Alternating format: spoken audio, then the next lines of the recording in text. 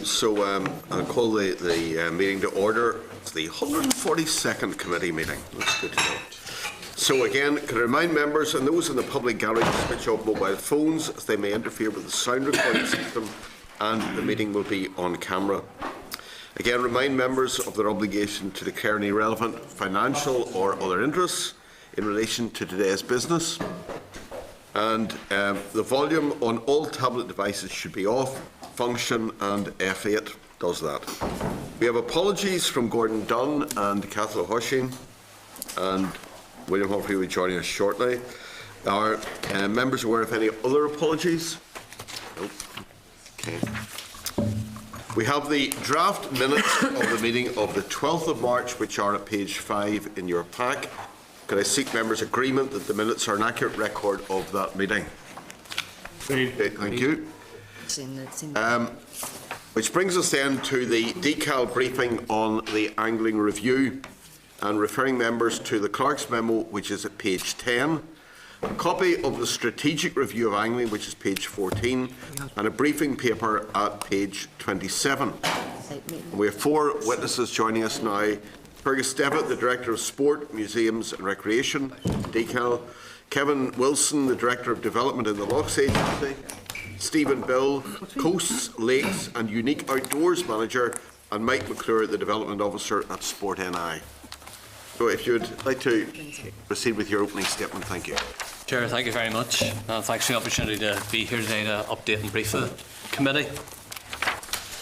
As you said, I'm joined by colleagues from a variety of agencies, the Lochs Agency, Sport NI and Tourism NI. We've provided the committee with copies of the executive summary of the review and a briefing note outlining the progress in implementing the review's main recommendations. I'd just like to make a number of quick additional points on the economic and social potential of angling before we're open to take questions from the committee. As the committee will be aware, with some of the best wild fisheries available anywhere in Europe, a public angling estate offering first-class, accessible and affordable angling, as well as offering world-renowned hospitality to visitors. The review recognises this potential and the opportunity that exists to achieve greater public value from our fisheries. From an economic perspective, the angling sector makes an important contribution to the local economy with significant potential for growth. A survey commissioned by PwC in 2007 on the social and economic impact of recreational angling here estimated the value at over £20 million per annum. A more recent study by Inland Fisheries Ireland estimated that angling contributed €750 million to that economy each year. We recognise the need for a more coordinated approach to developing the angling product and to the promotion of angling. We're taking forward a number of initiatives, including the development of fishery management plans for both Lough Neagh and Lough Erne, simplifying the licensing and permit arrangements and a more joined-up approach to product development and marketing. We're rolling out a programme of overseas marketing events involving the Lochs Agencies and Inland Fisheries Ireland, and also taking forward initial work on developing a new marketing action plan involving Tourism NI, the Lochs Agency, Waterways Ireland and Tourism Ireland in identifying new collaborative initiatives. Angling is for everyone, and we are working together to get more young people, women, people with disabilities and people from areas of social deprivation involved in the sport. Decal is working with NI Water on a new partnership arrangement with local clubs in order to realise the wider value of existing waters in meeting goals around promoting equality and tackling poverty and social exclusion. The Lochs Agency and Decal have also introduced a range of initiatives to develop the sport of angling and encouraging thousands of people to try angling for the first time. Decal is also working closely with a range of organisations to increase the number of people participating, particularly from socially excluded groups, and in providing complementary licences and permits to encourage uptake. A dedicated angling club development officer funded by Sport NI has now commenced in post and will be supporting clubs in the delivery of coaching, safeguarding issues and programme development and delivery. This is an important development to enable the clubs to grow and provide appropriate pathways for development for those who avail of the taster sessions provided. Finally, the review and the establishment of the Angling Forum is encouraging greater cooperation across the angling sector and bringing forward new initiatives to enhance the sport and in more effectively promoting and developing angling to both visiting and domestic anglers. There is a shared vision and desire to maximise the opportunity that is offered by angling and a realisation of the significant economic and social potential that exists. Good progress is being made, but we recognise that there is more to be done. Thank you, Chair, and we're happy to take questions. Okay. Are there any questions? Oliver, please. Yeah. Right. Thanks for the presentation. The gentleman is now to work with the clubs. How will he be contacting clubs? Yes. Yeah. So he will be working initially through the governing bodies, the Australian Federation and the Ulster Course Fishing Federation, and will make contact with all the clubs over the next 6 months. That's his target, is to make contact. However, some of the clubs have already been quite proactive in training coaches, so the initial work will be with the clubs who have coaches in place to help them to set up the programmes that they need to do. That's good. Going back to I brought this up before about the restocking rivers. In the last round of the river programme, the clubs couldn't get money to restock rivers because it was classified as food. Now with the catch and release, have you lobbied on that there to get that changed to allow clubs to be able to buy into the rural development programme? Well, I'm not sure about that specific issue, and we can maybe come back to you on that, but I do know throughout the public angling estate, decal restocks significantly in terms of thousands of fish each year across the waters that we are responsible for. And as we're taking on additional waters from Northern Ireland Water, we'll be working with the clubs that take those on to help them as well. Okay. And the last bit is, will you be talking to the new councils to try and promote sea angling, beach angling? It's a big thing, but doesn't get the prominence it should get. It seems to be a poor relation of angling, really. Yeah. I mean, in terms of working with the Irish Federation of Sea Anglers, which is the governing body, we have made efforts to work with that group. They haven't engaged effectively with the partnership. And they weren't part of the group that submitted the bid for the development officer. However, we have agreed that the development officer should work with that group as well, even though they weren't part of the bid, because, as you say, sea angling is important. We have established in the Causeway Coast and Glens and the Strangford areas outdoor recreation forums, which bring together all interested parties, and angling has been part of that. Sea angling has been part of that process. It's big in East Antrim, you know, a very vibrant club in Carrickfergus. And David's area there, and I'd be speaking to those men regularly, and they all tell me the same thing every time, that there's not much help there for them, opposed to the help that's given to the inland fisheries. Yeah, we're out talking to all the new councils at the moment in terms of their tourism opportunities, and definitely be promoting sea angling going forward in those areas. The best opportunities. Okay, thank you. Leslie Cree. Thanks, Chair. Morning, gentlemen. I'm particularly interested in the former reservoirs of Northern Ireland Water that are now redundant. There are quite a few, as you probably know. I know that DECAL has some system of licensing in place for a very few of those, I think. Could you clarify just what the situation is with respect to that, and what is intended to happen to these other reservoirs, which I understand will be sold, put on the open market shortly? Yeah, I'm not sure the detail of which reservoirs actually come into those different categories, but in terms of the relationship that we are developing with Northern Ireland Water, DECAL is taking on an additional 14 waters from Northern Ireland Water, and we have been consulting with local clubs in those areas around how those waters can best be used both as fisheries but also to bring social benefits to those areas. We are intending to run a tender competition in 2015 to allow local clubs to bid for the use of those fisheries, and we'll be taking them through that process in the near future. The intention would be that there would be a development programme put in place by each of those clubs that are successful to encourage angling in those local areas, particularly from underrepresented groups, but also to maximise the wider social value of all of those facilities. Well, there are 3 reservoirs I know in my own area that in fact have a licensing arrangement. The trouble is that it tends to be with a specific club, and therefore excludes anyone else who's not a member of that club. Yeah, and if any of those are transferring as part of the 14, what will happen is that there will be a tender competition, so clubs in that area will be able to bid, but they will only be successful if they demonstrate that those waters will be open to members of the public, and that there'll be a wider social benefit to the water, so that they won't just be restricted to members of the club. But if, for example, those reservoirs are up for sale, and I decide to buy one, I'm not going to be too keen if there's already some sort of a sitting tenant there in the form of an angling club. How will that be handled? I don't know the specifics of that, and I'm not sure if any of the sort of reservoirs you're talking about will be classed as part of the 14 that are transferring to Decal. I know that Northern Ireland Water also have a number of other reservoirs that they're still looking into how they might dispose of them. Port of Vaux, for example, Port of Vaux. Queensport is such a one. As you Yeah. know, NI Water spent a small fortune on it, drained the whole thing out, eventually refilled it and restocked it, but Yep. it's redundant and it's up for sale. Yeah, well, my understanding, and we'll come back to the committee to clarify that, is that Port of Vaux is one of the 14 that's going to transfer to Decal. So the Decal then become the owner of those?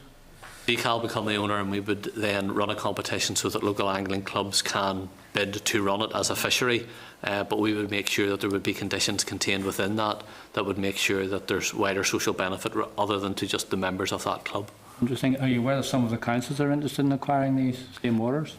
Yeah, there could well be that interest, and again, through the conversation we've had already, we would want to work with councils to make them realise that these are assets in their areas and how best they can be used for the area. Okay, thank you.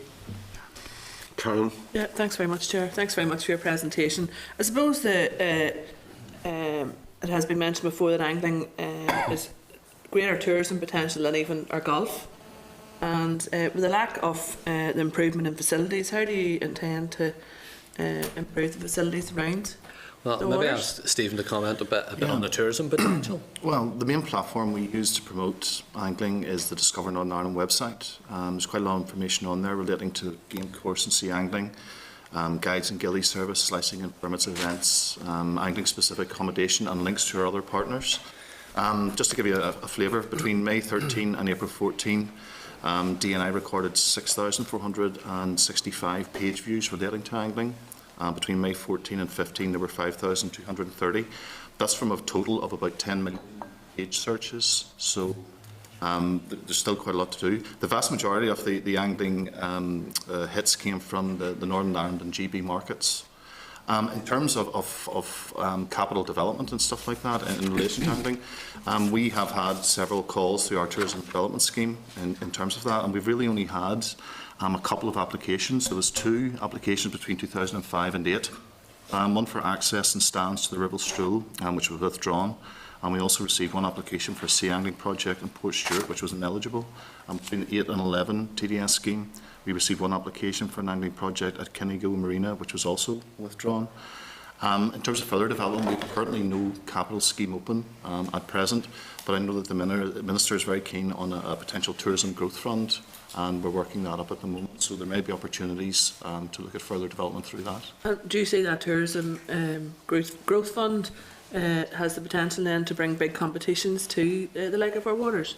Well, there will be a capital element and a revenue element to that, but I see that more as a development fund, potentially the events fund that we operate, and that will probably be open again, budget permitting as always, later in the year. There's an opportunity there to do events. Yes, and you mentioned the budget there, and there's a big capital B at the minute in a lot of departments, but I suppose with, you mentioned that there was 14, just what Mr Cree had said, there was 14 additional waters coming in to Decal. Yeah. Where would the budget sit with that?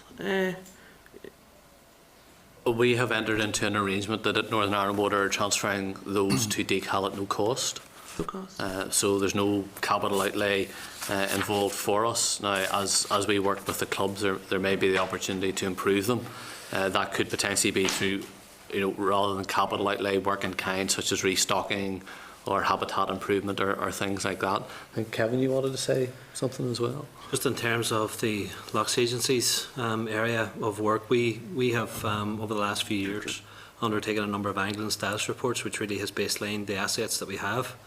We have a small grants programme called the Sustainable Development Fund, which has just opened this week, which is encouraging clubs and associations to come forward, looking specifically at angling development projects across a range of areas that we have identified through the status reports.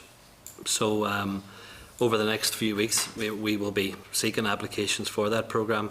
It has already run in the past for a number of years, and we've had quite a number of good successes, which have added to the tourism product that is being offered, as well as adding value then to local angling clubs, given the opportunity of more facilities, more equipment, better coaching and education. So that's what we're encouraging more of, because we've seen the benefit of that. Thank you very much, Chair. Thank you. Rosie McCorley, please. Thanks, Chair, and thanks for the presentation. It said that the tourism value in the south for angling is €750 million. What would the value of the tourism for angling in the north be? The last study carried out was, I think, it was in 2007. That was a Price Waterhouse study by ourselves, and I think it was Decal. I think it was approximately 20 million at that point, 22 million, sorry, at that point. Sterling? Yeah, there hasn't been any real valuation since then.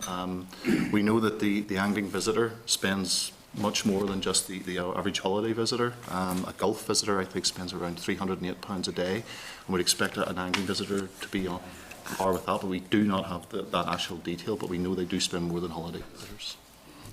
In terms of developing, in your strategy, all the different recommendations of how you are going to develop, do you think you're doing enough on a north-south cooperation basis to maybe, be informed of best practice from each other?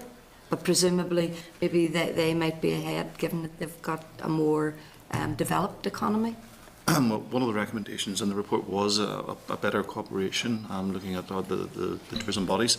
We contacted Fellsharan to look at arranging a meeting with their angling person, but unfortunately they don't actually have one. It's been devolved out to each of the regions in the Republic, so we've went through a mutual friend to look if we can meet with a senior officer in Fellsharan to look at angling opportunities going forward. Like the Lochs Agency? We work on a cross-border basis in the Lochs Agency, specifically on angling development. And I think through initiatives like this as well, too, we've looked at the other bodies involved in the development of angling in Ireland. And Inland Fisheries Ireland, Decal and the Lochs Agency have been looking at a number of initiatives and a number of ways that we can cooperate on a more close basis, looking at the ways that we can have synergies develop between the three organisations and projects of mutual benefit as well too. The electronic licensing system is one project that is underway at the moment, which could potentially have great tourism benefit. The visiting anglers coming here.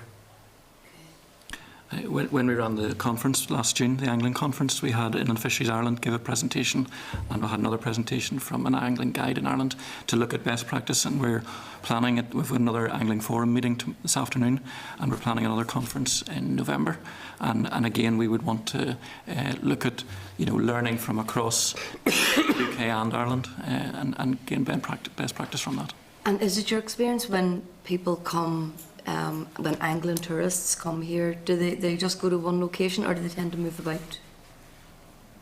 We have that information. We wouldn't have that information. Probably the best guide would be the licensing where they buy licenses and stuff like that, but we wouldn't have that detailed information, I'm afraid. My understanding from the review, from the consultants who carried out the review, was that the majority do travel about, but only if they know to. So when angling tourists come, the best fishing, you need to know where to go to find the best fishing at a specific time. And so the ones who have been regularly tend to know to travel, but first-timers tend to go to one location.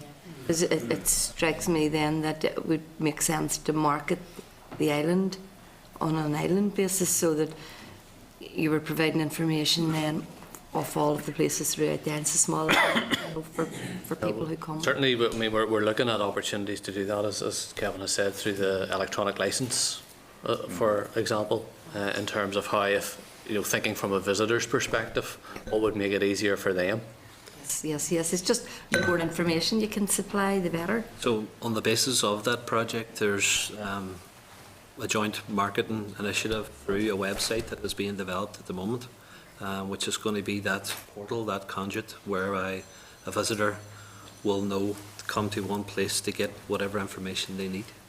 Okay, thank you, Cormac. Because of the quality of a number of our golf courses in Northern Ireland and the success of Northern Ireland golfers, Northern Ireland is now recognised as an important place in relation to golf and is a very attractive destination. How do you get to that point with angling? Well, I think there's already some success. I mean, there's a World Championship coming to Craigavon Lakes in May, for example. So, there's already that recognition in some areas that the waters here are of that quality and can attract international competitions. I think, as you've pointed out, there's scope for that to be built upon and attract more competitions like that and build on the tourism and marketing potential that actually does exist. Because we know that there's a huge market out there and it's trying to ensure that our product matches people's expectations. It's sometimes said that unless you hear a thing 100 times, it doesn't really sink in. And if we have a world event later on this year in Craigavon, that needs to be then followed up the following month and the month after that, and just the perpetual message going out constantly. How would that be done?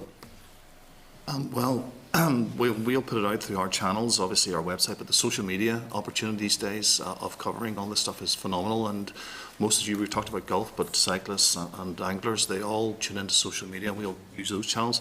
But in terms of going forward with this, the forum has agreed that there's so many bodies involved in marketing and promotion of angling, and it's created a sort of fragmented and uncoordinated approach, if you like.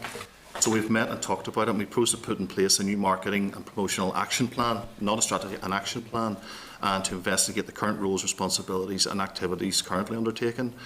The purpose is to pull all this information together and put in place an agreed, coordinated and structured plan with identified roles and objectives, leading to a planned and integrated set of marketing and promotion activities over the next few years. So this should lead to economies of scale, a partnership approach and a more targeted use of limited resources going forward. So we think by working together and identifying the opportunities there, we can plan something more structured over the next few years. I think my role is outdoor recreation in general, and one of the challenges of any outdoor sport is that you don't have your own pitch. You tend to use the natural environment for your activities, and one of the things for angling that's critical, and I know the governing bodies would be at me very clearly to say this, is this the current state of the rivers and the waters. Now, some are very good, but others aren't, and they're doing a lot of work with the Environment Agency and under the Water Framework Directive in terms of river restoration. But that's a critical element in terms of developing the angling product.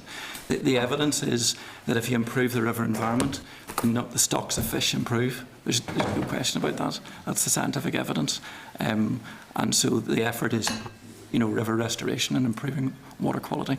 And just finally then on that point, is the damage to the quality of rivers more the result of agricultural activity, or is it due to illegal dumping leaking into rivers? I think it's a combination of a number of things, including those, and the channelizing of rivers as well. Right. And so there's a whole raft of things really that that are contributing to it. Right, David Hilditch, please. Thanks, Chair. Thanks for your presentation. Looking at the grassroots end of the sport and potentially grants for facilities and events, and I know, Stephen, you spoke about maybe some applications hadn't been carried through, some had been withdrawn, some had been turned down. Kevin, you said there was a degree of success and past applications. When we looked at other sports, there was a lack, when we started to have a look at other sports in the minor end of things, there was a lack of sort of potential capacity and development within the clubs to actually do form filling and go after the monies, as it were. Have you found that within the sport? Does it need a bit of assistance? Is there more can be developed in the capacity of those taking Absolutely. part? Yeah, I mean, that's one of the things we recognised right at the outset when we started talking to the clubs, that their capacity to apply for grants. We looked at our grants, and I small grants programme. We looked at all the angling clubs' applications over the past 3 years, and the average score was 29%. So that showed there was a real problem there in terms of their ability to fill in the applications. Yeah, and other sports are the same until they get into the groove of the thing. Absolutely. So what we've done is we ran 4 workshops last year for clubs, specifically on angling, on how to fill in the forms. We provided a template application to say this is what good looks like, and sent that round through the governing bodies to the clubs. We've also appointed the Angling Club Development Officer, and one of their key roles is to go actually out to the clubs and talk them through application processes. Some clubs don't have the capacity to run a programme. That's one of the issues. So even if they got the money, they didn't have coaches, they had no safeguarding in place. So we need to build up the capacity in the clubs, not only to be able to apply for the funding, but to be able to actually use it. So there's almost a stepped approach in that It's all a development learning process. curve, really, right through to the governance end of it, to be honest. You know. Absolutely. Absolutely. From our side, any application that we get in that we reject, we give feedback on and go back to the people and talk, whether it's the Innovation Fund or the Development Scheme. We go back and talk to them, explain where they were good or bad in the application. We have had one club now who's been successful in our small grants programme, the first angling club to be successful, up near Oma, and that set a good precedent, and they're going to share their information on what they've done. Thank you. Okay, thank you. Basil McRae. What constitutes a good catch? If you're a tourist, you come along and you're going to have a really good day out.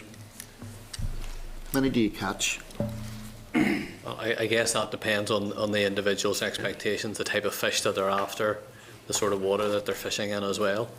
I mean, I think for anglers, sometimes a good day out, it doesn't necessarily involve catching something. It can be the experience. Certainly, it's enhanced. I hope that's recorded. That's one of the great statements of all time for anglers. Sometimes you don't have to catch fish. I can tell you, somebody that did angle, if you came away with no fish, it was not a great day. Well, you still have a great experience, though.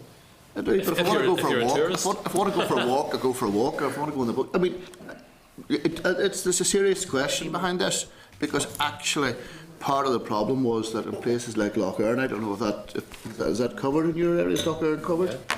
So you could fish all day and get nothing, and I don't think that's a particularly rewarding experience. And just when I'm on Lough Erne, whenever the committee was down and had a look at it, the whole issue was that the water was becoming too clean because of the zebra mussels, and therefore you were seeing a reduction in trout. Well, I think there's a couple of issues there. One is I don't think any angler has a guarantee of catching fish. We certainly want to enhance that experience and give them great opportunities and make sure that their opportunity to catch fish is maximised. In relation to Lough Erne, we are developing a fishery management plan along with a range of organisations and bodies to ensure a couple of things. One is that the product for tourism is developed and enhanced, but also that the water quality and the environmental features of the loch are enhanced as well. And we're working towards developing those loch management plans for both Lough Erne and Lough Neagh. That's the problem. The water quality in Lough Erne is now too good. It's too clear.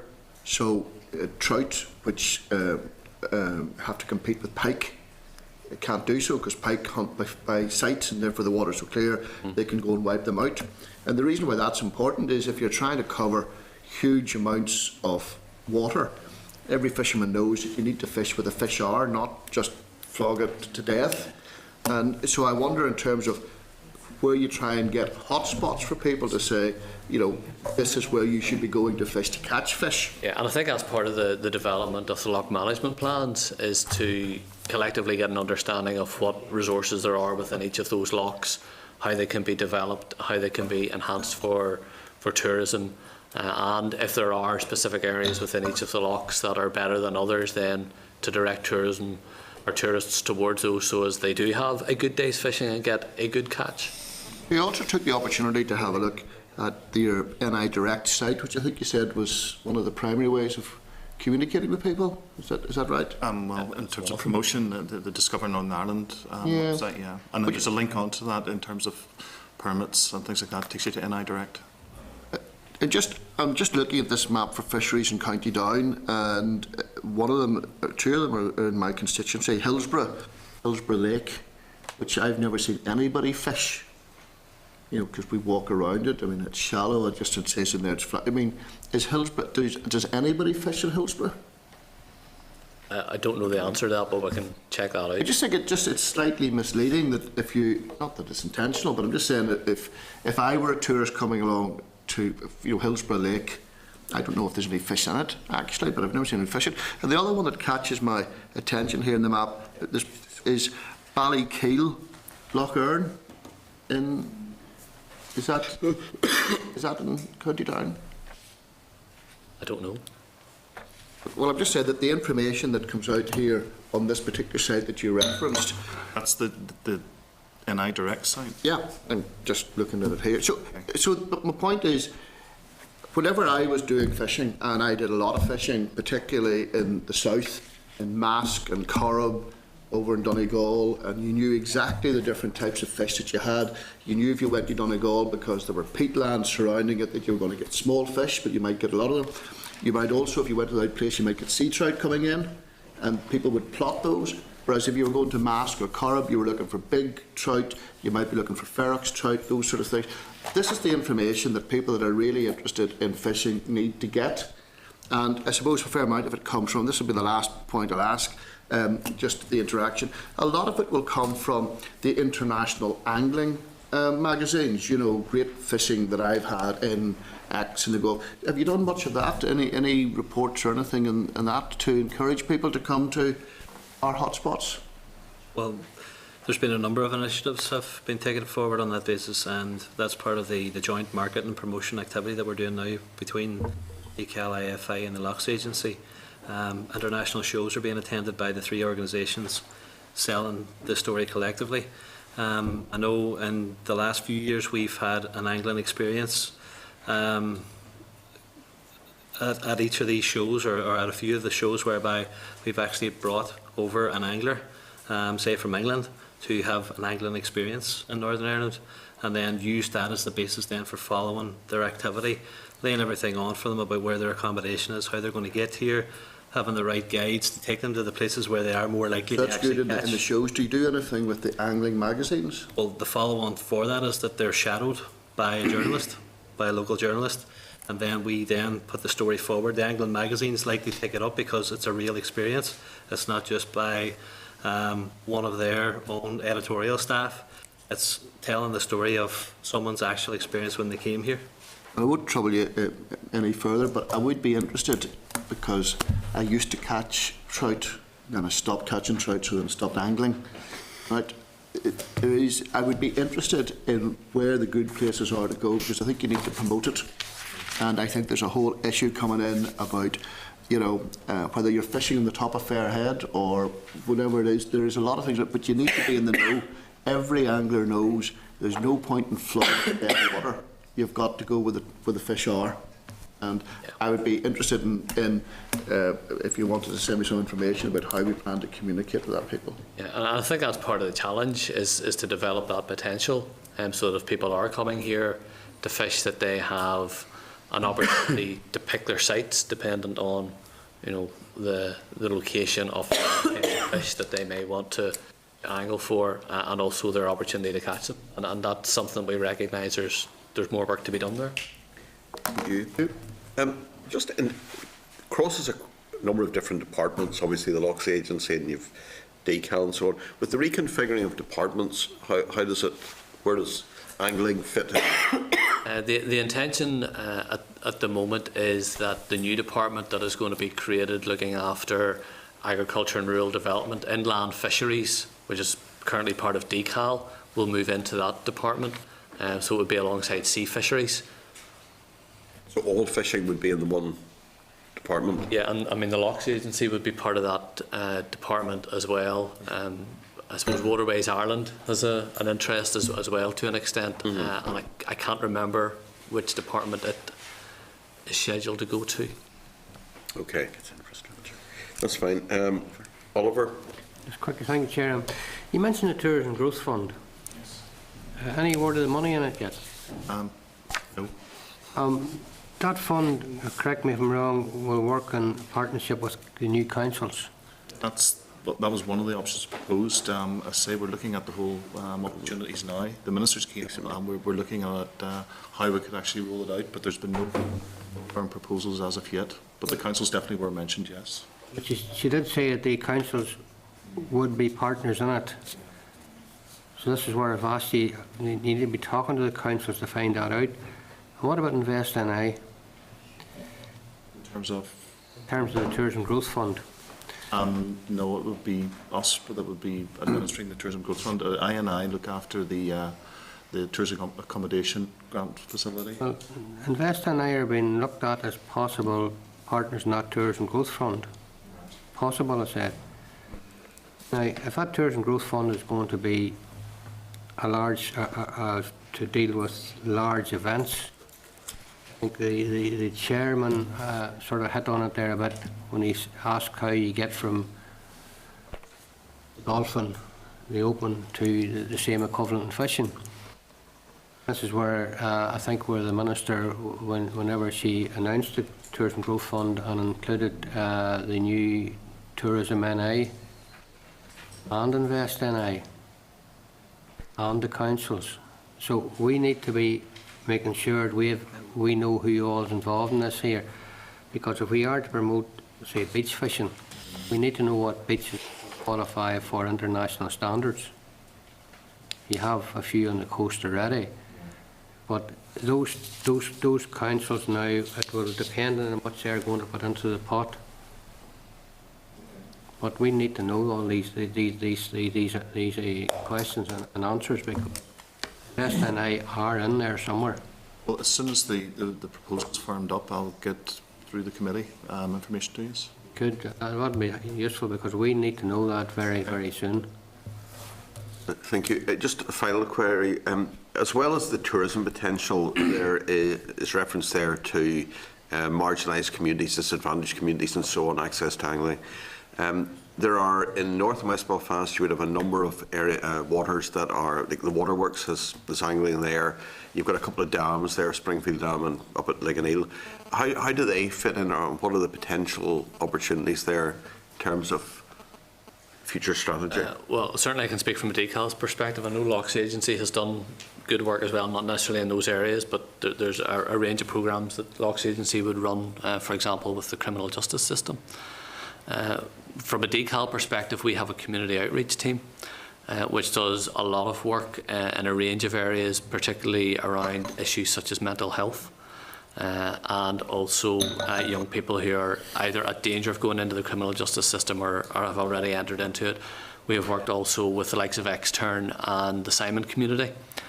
So we use a range of areas and facilities, taster sessions and things like that to try and reach marginalised groups. I was saying more in terms of those being like urban waters. Yeah. Probably need, I know in the case of Waterworks, obviously the council has ownership of that. The others are in a slightly different position. Opportunities to get some investment to improve, enhance the access, whatever needs done with them, make them a better place for angling. How does that, are there opportunities there? Yeah, I mean, for example, for anglers who have disabilities, Decal has done significant work around enhancing a number of sites. We've put in almost 20 disabled angling stands, and we're committed to adding to those each year. So we are putting in capital infrastructure to a number of areas as well, and continuing to do that across a range of areas as well, to allow people who may not otherwise be able to access angling to be able to do that. Thank you. I think maybe just to add to that as well, too, the partnership approach to actually looking at investment is key to all of this, because it's not necessarily just for Decal or Lochs Agency or these types of organisations.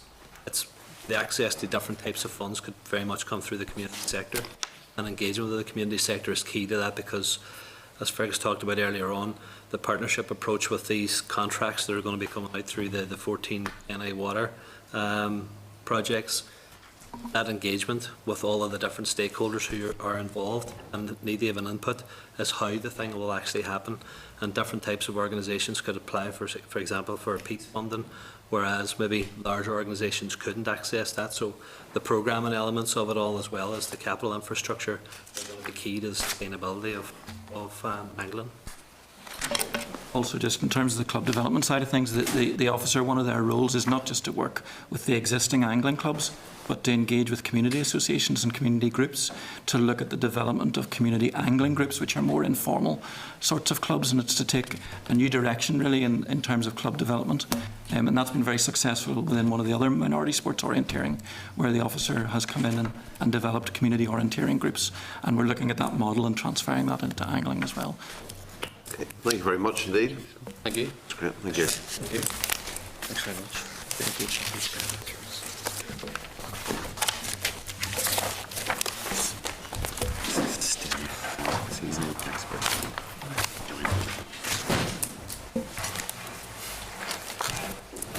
Thanks a lot. Thank you. Thank you.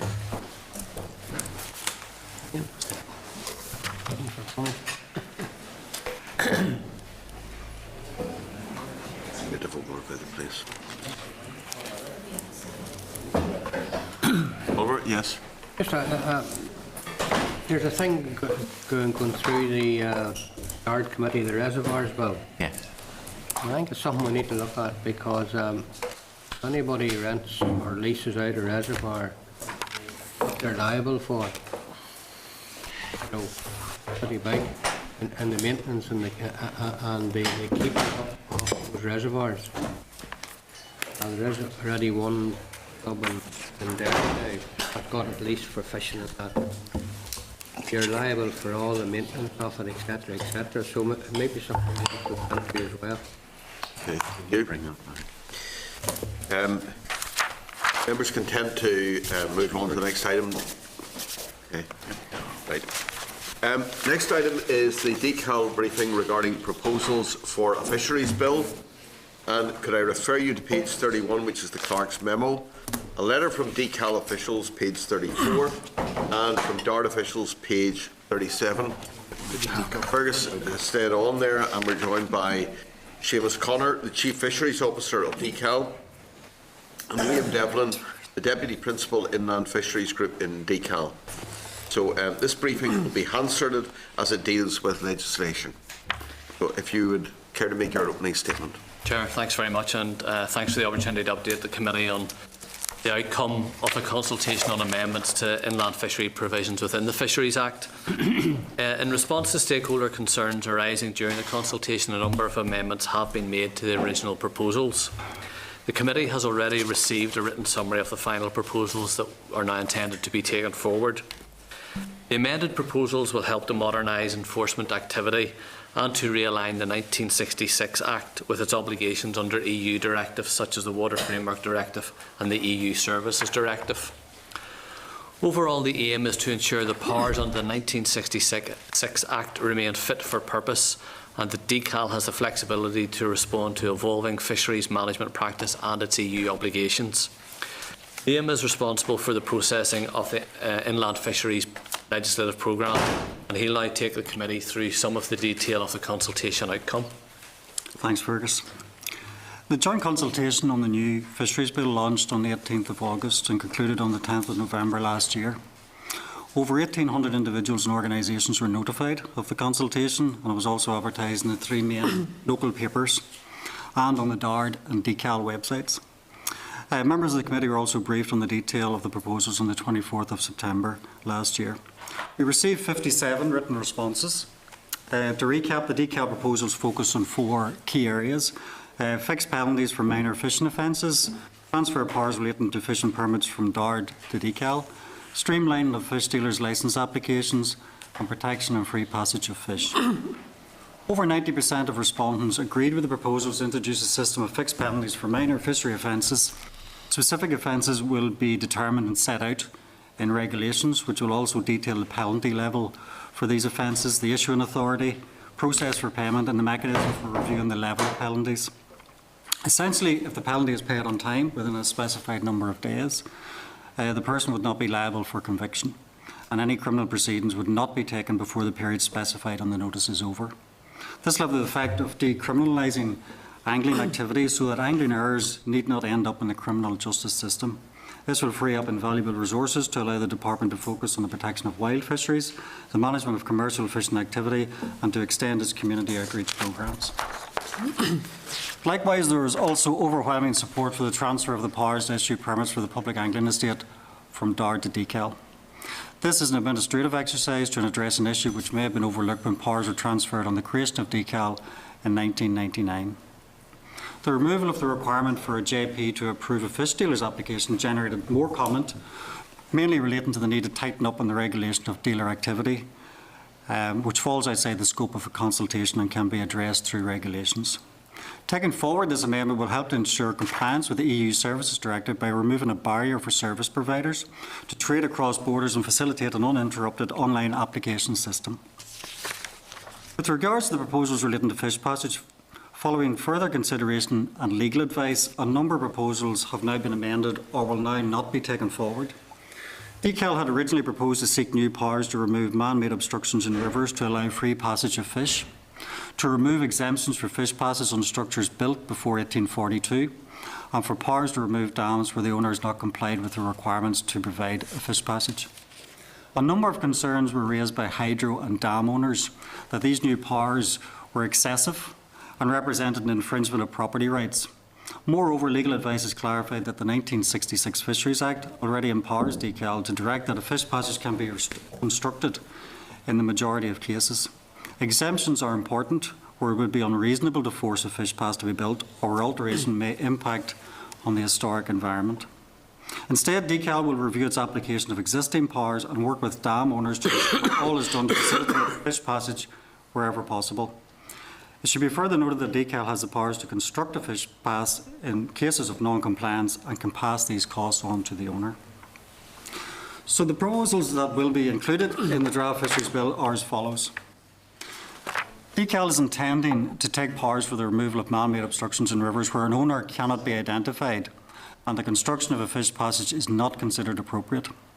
This should allay the fears of those dam and hydro owners who contested that unfettered interference with their property would be disproportionate and an infringement of their human rights. DCAL will of course liaise with such owners to ensure that they comply with the fish passage requirements of the 66 Act. DCAL also proposes new powers to enter lands for the purposes of such removals.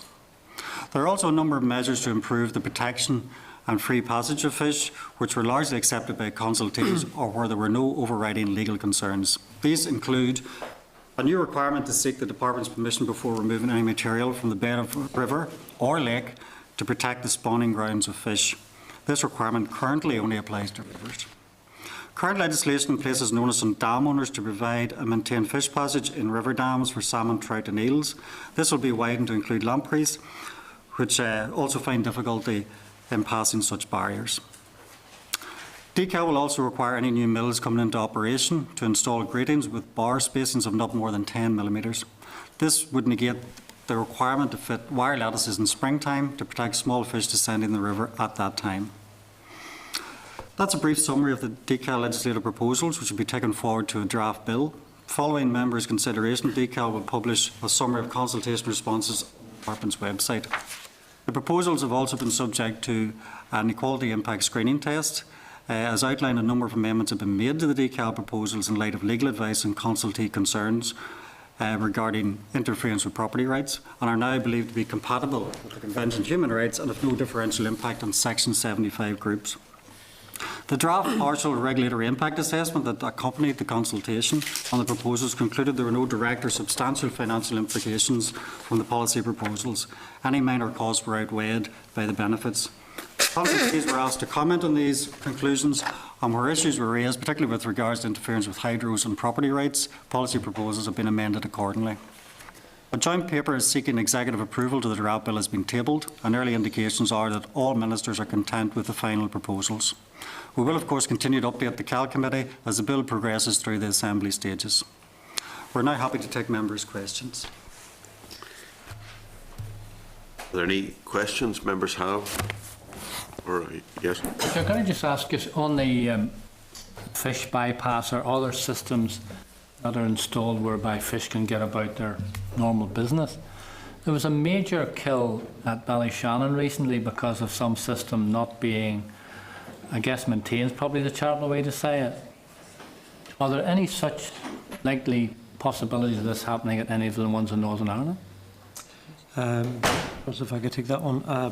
Ballyshannon, the site at Ballyshannon is very unique in the sense that it's quite very unique. Well, it's unique in the sense that it's a very big scale operation. It's quite a high dam. The issue there in particular relates to the passage of eels both upstream and downstream. Whenever eels come in, they're fairly small there. So what happens is the eels are collected in a box, and then they're then transported to Lough Erne and areas in the Republic where they're stocked out. Mechanical system there? Mechanical system. Basically, they're essentially transported by truck. Most of these are ones we'll refer to smaller operations, where it's a very small dams that are in operation. What we have proposed there is that a lot of stuff will be able to be put in place that will allow the helvers to move up naturally, for example, and to allow eels to move down naturally. So there won't be the same implications. That sounds sensible. Because obviously that stock, all those young helvers would, a lot of them would be coming north for the holidays, wouldn't they? It would be, yes, for about 15 to 20 years, yeah. Okay, Oliver?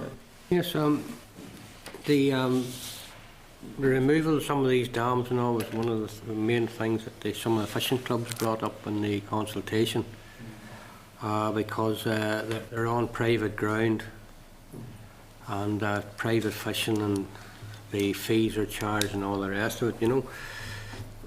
Is there anything we can do with that at all? We know we can't go on the ground now because of human rights, etc., etc., but when we're talking about maintaining the rivers, what onus is on the owner to maintain the river, other than yourselves doing it, passing the cost on to them? I suppose there's probably two things within that, Oliver. In terms of drainage, I suppose, which is one of the main responsibilities that will fall to some landowners, there is a requirement under the drainage order for them to maintain the free passage of water. Now, obviously, one of the things we're interested in is how they carry those works out, because timing is essential, and how they physically move habitat is also very critically the way it impacts on fish. The issue around dams and the presence of dams and rivers can be very convoluted. You can have a landowner who has purchased the land, normally owns to the middle of a river, but there may be a dam present there that they have no use for effectively. And historically, it can be very difficult to find out who actually owns some of these dams.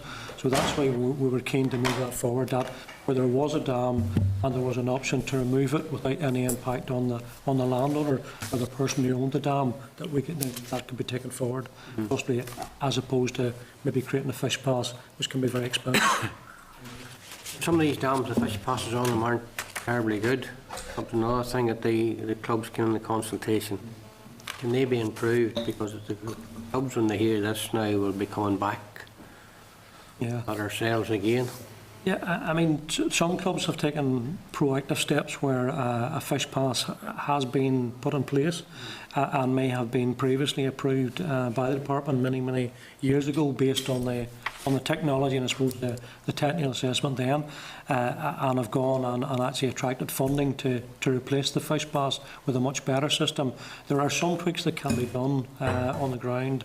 There are other ways even to create an additional fish pass around the existing one if it's not seen to be working. So we can certainly work along with clubs and try and identify what's the best solution, and if there is a solution, we need to take that forward, because there is an onus on dam owners that where a fish pass is provided, regardless of who provides it, that they must maintain it and look after it. So that's very clear within the legislation.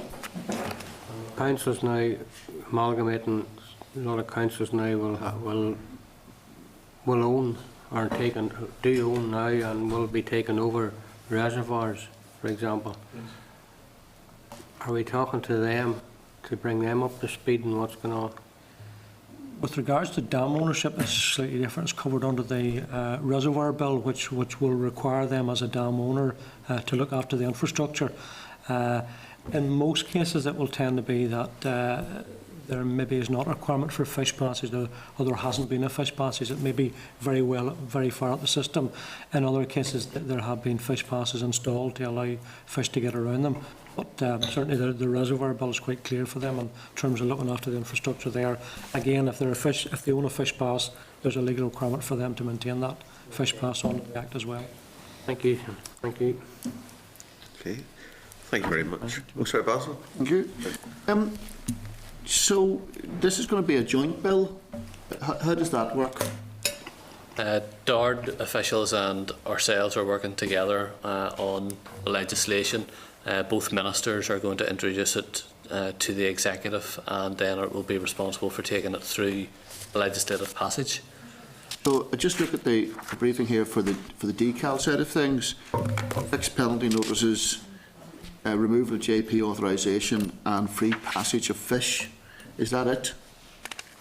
Well, those are broadly the areas that fall to our responsibilities. So how much of the bill, is there much more in DARD? Are they doing a lot more? No, there's a lot more. They're dealing with sea fisheries and aquaculture as they're part of the bill. Essentially, DARD set up a bill team to take forward DARD's priorities within sea fisheries legislation, and they offered us the opportunity to have a limited input to that process, but they manage the entire process. They have a bill team set up for that purpose. In the earlier presentation, we were talking about angling and sport and things like that. Anytime there's legislation going through, there is an opportunity to use it as a vehicle to add in additional things that you might like. Have you considered that about about how we might enhance the tourism product or deal with some of the shortcomings in that? Yeah, I think one of the areas that we definitely have considered in that respect is the issue of the fixed penalty notices. I think our research would show that a lot of tourists who come aren't necessarily aware of the licence and permits that are required, and they would therefore accidentally not have the relevant permit, and that could in some cases lead to a conviction, which clearly we wouldn't want. So the opportunity for education and the opportunity for a fixed penalty notice is something that we have considered around enhancing the tourism product that we talked about earlier. I'm not sure if there's any others that would be directly related to. There's probably some stuff that we're taking through normal regulations. We're doing some consultation on fishery management plans. So one of the ideas behind it is to try and simplify the legislation. So, for example, do we require a coarse fish licence and a game fish licence? Would it not be better with just one licence that allows you to cover both species, and would allow you to use up to 2 rods, for example? So that's one way of trying to simplify the whole process. That's interesting. You do it. Where is the responsibility for things like fish kill arise? We do hear but every 3 or 4 months. Somebody's wiped out a river, Yeah, the Northern Ireland Environment Agency have the responsibility for investigating fish kills, any pollution incident. We would come in and assist them in identifying, for example, what species were killed, fish-wise, numbers of species, and trying to identify the stretch that was affected as well. So we will support them in that investigation by providing the kind of technical side. I realise that there may be a bit of crossover here. You might tell me this is not right, but I just say it does seem to me that the penalties for a fish kill are pretty light. Yes. Well, ultimately, as a matter for the courts, no, it's a matter for legislation actually. In terms of you can, there are certain things without describing what they are, but there will be limits and what you can do. And I just wonder if I was taking it to Fergus about it does seem to me that repeat offenders ought to get a more severe penalty than first off. And maybe I'm wrong, but it does seem to have quite a significant impact on fish stocks in rivers. It takes 5 or 6 years to recover. Yeah, depending on the severity, obviously it can do. As Seamus has said, the responsibility in the first instance lies with the Northern Ireland Environment Agency to investigate the kill and the sources of it, the reasons for it, and is there an individual or business that can be identified as being responsible. and I think any penalties would lie within their legislation, Seamus. Yeah, there's probably two elements to it. One will be the pollution offence. The second thing will be in terms of costs. For example, if there's several thousand fish are knocked out in the process, those will be identified as a separate additional cost. So there may be an original cost for breach of the pollution guidelines, and the second will be whatever restock on our habitat. But if I could just make the point to you, if you're trying to create an angling tourism, it's not about financial restitution. I mean, important to that is, of course, it is the fact that you can wipe out like a tourist centre or a tourist opportunity, and if somebody comes along from Germany or whatever and discovers no fish, it's not going to happen. And I just wonder if you would. I know it's maybe with different agencies, but maybe we ought to be looking at taking the opportunity to protect what is a regional asset. And that may be something that comes up through the passage of the legislation through the Assembly. If members feel that there are opportunities either from a DARD perspective or a decal perspective to enhance the legislation, that's something that there may well be an opportunity to do. If I can maybe just possibly add as well, that there is an issue where the fishery owner can also apply for costs for loss of amenity. It doesn't replace what's obviously lost because it takes time to put that back in place, but those costs, when they have been awarded, have been quite significant. You know, maybe run that to maybe 10,000, sometimes more have been awarded in terms of the loss of amenity side of it, which is probably the bigger bulk of it. I just note, and I'm not going to go on but just the point is that I am aware on television people come on and say, unfortunately, nitrates washed into, or whatever it was, washed into the river, and I'm terribly sorry. And then about 3 months later, the same thing happens again, and this is if it just. One last bit about opportunities that we might take.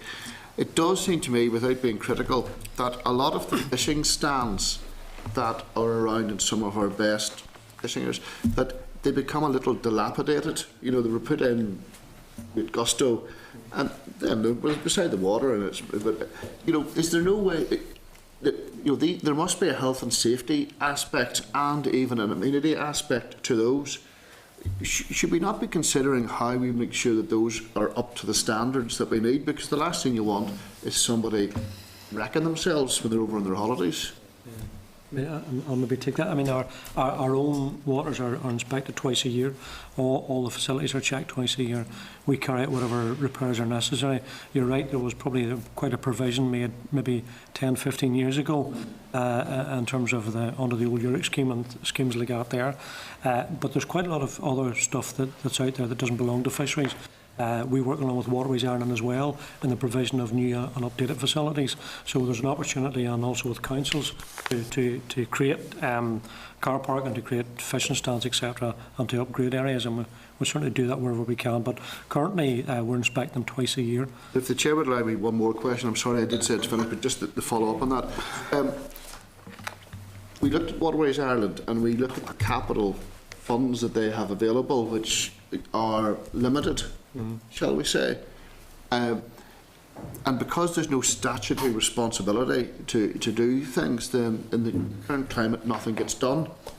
And I just think that with a bill coming through, that there are issues that we would wish to put on a statutory basis, that whoever is responsible should face up to the responsibilities. I just think that, I suppose, my original just reading of the papers was that the decal input into this bill is fairly limited. I can understand maybe say that's a good thing because that means it's more likely to get through. But I also think that there's an opportunity here that from a sports, angling, water management bit, there must be areas where we could put in statutory provision to make sure that the facilities are up to speed. Everything from provision of structures to access to areas to car parks. It just seems to me that we don't have enough yet, and I just would encourage you, whenever you're going through, to look to see if there's a way of using the opportunity. Yeah, well, I mean, as Liam has said, you know, DARD are in the lead, and we can certainly work with them around this. And as I mentioned earlier, Basil, you know, there's the opportunity as this goes through the Assembly, through the passage, there's the opportunity for amendments to the legislation to be made. And just on the point that Seamus was making there about stands, as I said in the earlier presentation, about specifically the work that we have done on improvements to stand for people with disabilities. That's been a significant part of our work, increasing the access around those as well. I think has been a very good piece of work that has been done. David Hilditch, please. Thanks, Chair, and thanks for your presentation. It's always been very flowery in relation to tourism and all the nice images of fishermen, but with the introduction of the fixed penalty notices or potential, there's already been some certainly unsavoury incidents in my own area that I've been made aware of, whereby people fishing have been approached by staff in relation to permits and such like. They claim they don't speak English. It has become confrontational and indeed very unsavoury. What safeguards are there for staff in relation to getting involved in those sort of issues? I can maybe take that one. One of the big issues we have, obviously, is that quite a lot of our staff work as a lone worker. Yeah. So there are a lot of safeguards there from the health and safety perspective. We also seek, one of the big issues we find is actually educating. We've been working, for example, with the Polish angling group, and they have converted all the decal literature into Polish to make people aware of it. And I think that's probably one of the aspects that we need to actually drive on and to make people aware of that requirement. People who come from Europe have a very different perspective on fishing. A lot of people will basically catch and release coarse fish, whereas across in Europe they'll actually eat them. Yep. So we need to get that balance right to, for them to say, look, there's a limit on what you can take, there's a limit on the size. We haven't had major incidents to date, to be perfectly honest with you. We do have cautions in different languages. We do have interpreters that we can use as well. And as a backup, we also have the PSNI that we can ultimately call on should something develop. So there are a lot of precautions in place already there for staff to know what to do, when to do it, and if necessary to withdraw. Because you can always get somebody later on if we can identify them, and we have done so on many occasions. Karen McKevitt, Yeah, please. thanks very much, Chair, and thanks very much for your presentation. Just Basil touched on something, maybe pricked me ear and that was on the penalties or on the spots fines. That's legislation of the reservoirs bill. Would there be much point in that going forward if there wasn't a change in legislation to the Southern Government's end? Sorry, Karen? On the on-the-spot fine that's proposed or suggested, or the penalties that's suggested within it, the Southern Government, how to police that and how that would be brought in, would there be much point in bringing that in here if it wasn't going to be the change of legislation in the Southern end? Liam can maybe comment on some of the detail of that. I think part of our rationale for bringing in fixed penalty notices is, first of all, to stop criminalising individuals, but also to save money and redirect it into other areas of spend within the department. Mm-hmm. Right, yes, and in the south there are fixed penalties now for certain offences, and certainly the Locks Agency as well are considering fixed penalty regime too, albeit that they couldn't take it forward within this particular bill. So it'll be a consistent approach across the island then in terms of fixed penalties once the Locks Agency and ourselves introduce ours. Okay, no problem. Thank you. Thanks. Thank you, indeed. That's all the questions. Great. Thank you very much. Thank you.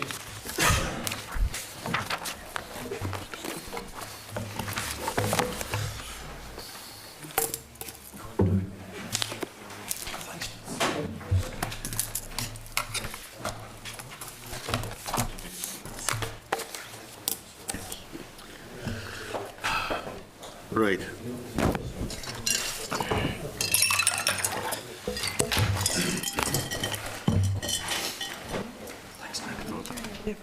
Actually, I would take one, yes, please. Put your legs are painted on. Put your legs are painted on. Your cold's not getting any better. Cold's not getting any better. It's harder to shake off as you get older. You concerned? Look at apparently Eileen's Facebook. Oh. And your woman? Yeah, what's the name? It's Twitter, I think. Is it? I don't know. I don't know. I haven't. What did you do in the time, to be honest? This girl. He sent me a link, but Dale sent me it yesterday as well. Was it? Was it started yesterday? Right. Are there any actions you want to take in regard to the legislation, or you intend just to note at this stage? Chair, if I can just reflect that obviously the draft bill hasn't reached us yet, so at the moment we're essentially hearing about the proposals, the outcome of the consultation and so on, so we'll be in a clearer position once we actually see the draft bill itself. As the officials pointed out, it's an agriculture lead, so obviously we'll need to communicate with the Agriculture Committee when the draft bill comes out. So at the minute we're waiting to see just exactly what it says. Okay, thank you. That's fine. Which brings us then to the Northern Ireland Museums Council and a briefing on the savings delivery plans. The Clerk's memo is page 108, the NIMC Savings Delivery Plan, page 110, and the condensed note from NIMC regarding the proposed merger with National Museums Northern Ireland is at page 124. So could I welcome Chris Bailey, the Director of the Northern Ireland Museums Council here, and invite him to make an opening statement. Thank you very much, Mr. Chairman. It's nice to have the opportunity to come back again. My understanding is that you want to hear some further detail on my council's savings delivery plan, and as a follow-up to my presentation in December, an update regarding the departmental review of NIMC. So if I may take 3 or 4 minutes or so to cover both of those.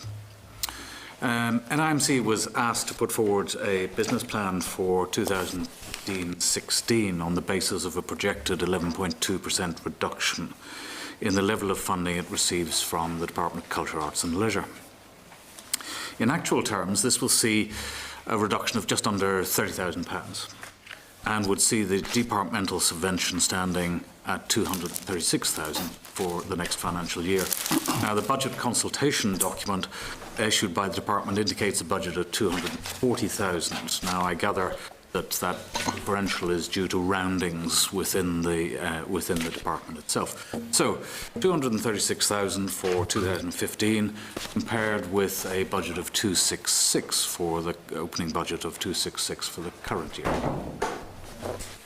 Now, since November of last year, my board has met on a number of occasions to examine the options of meeting this reduction. And in short, it sees basically 3 options. It can reduce either the council's overheads or its programme costs, particularly its grant programmes, or its staffing costs.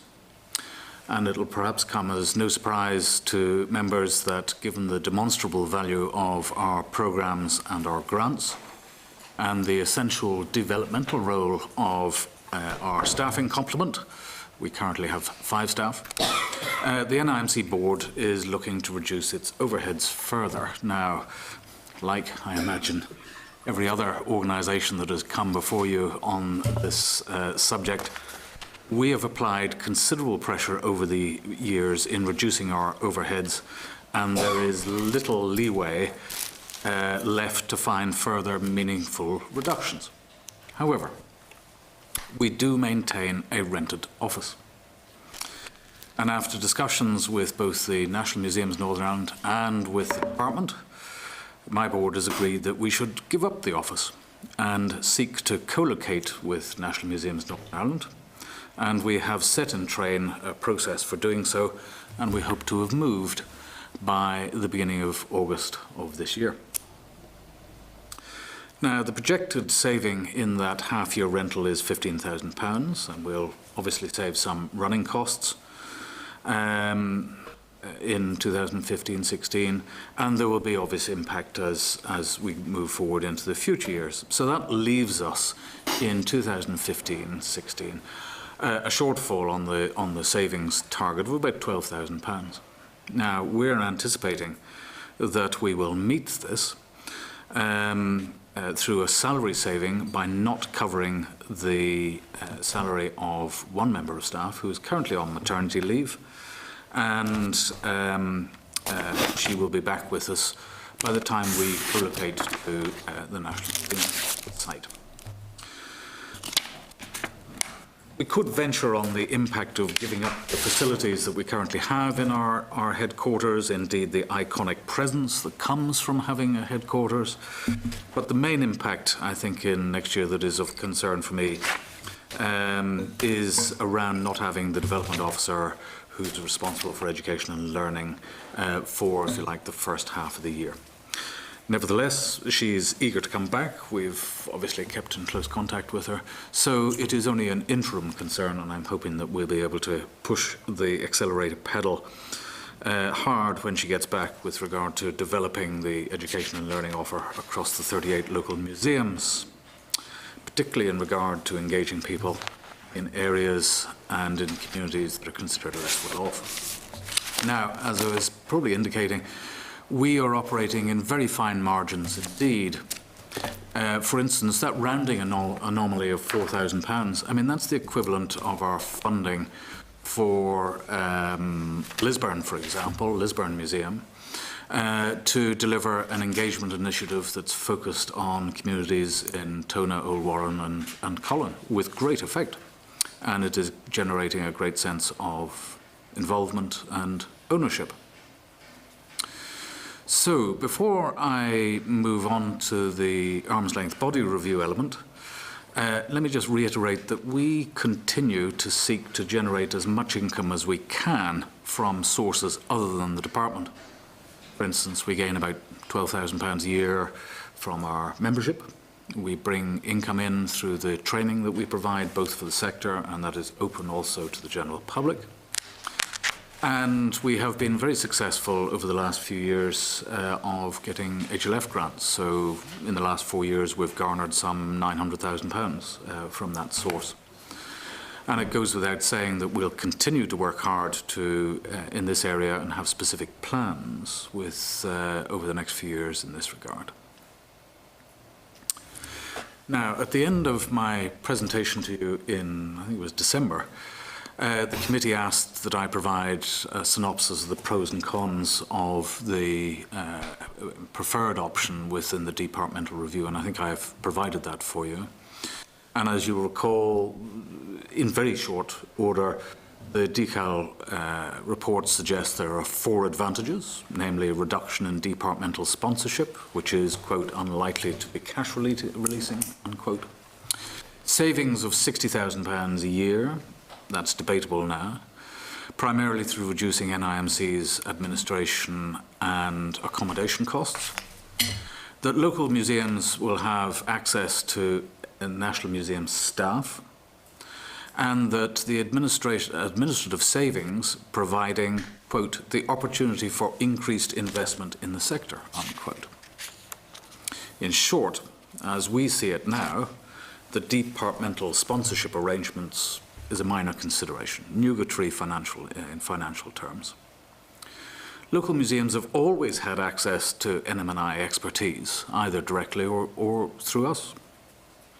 The co-location of ourselves and national museums will see the required reduction in accommodation and administrative expense as far as we can. And albeit the move to co-locate with the national museums is predicated on budgetary necessity now, rather than a fulfilment of the arm's length body requirement, there is, I think you will agree, a neat co-terminosity there. And finally, the opportunity to reinvest the savings has disappeared given the reduction. It's like snow off a ditch. It's gone.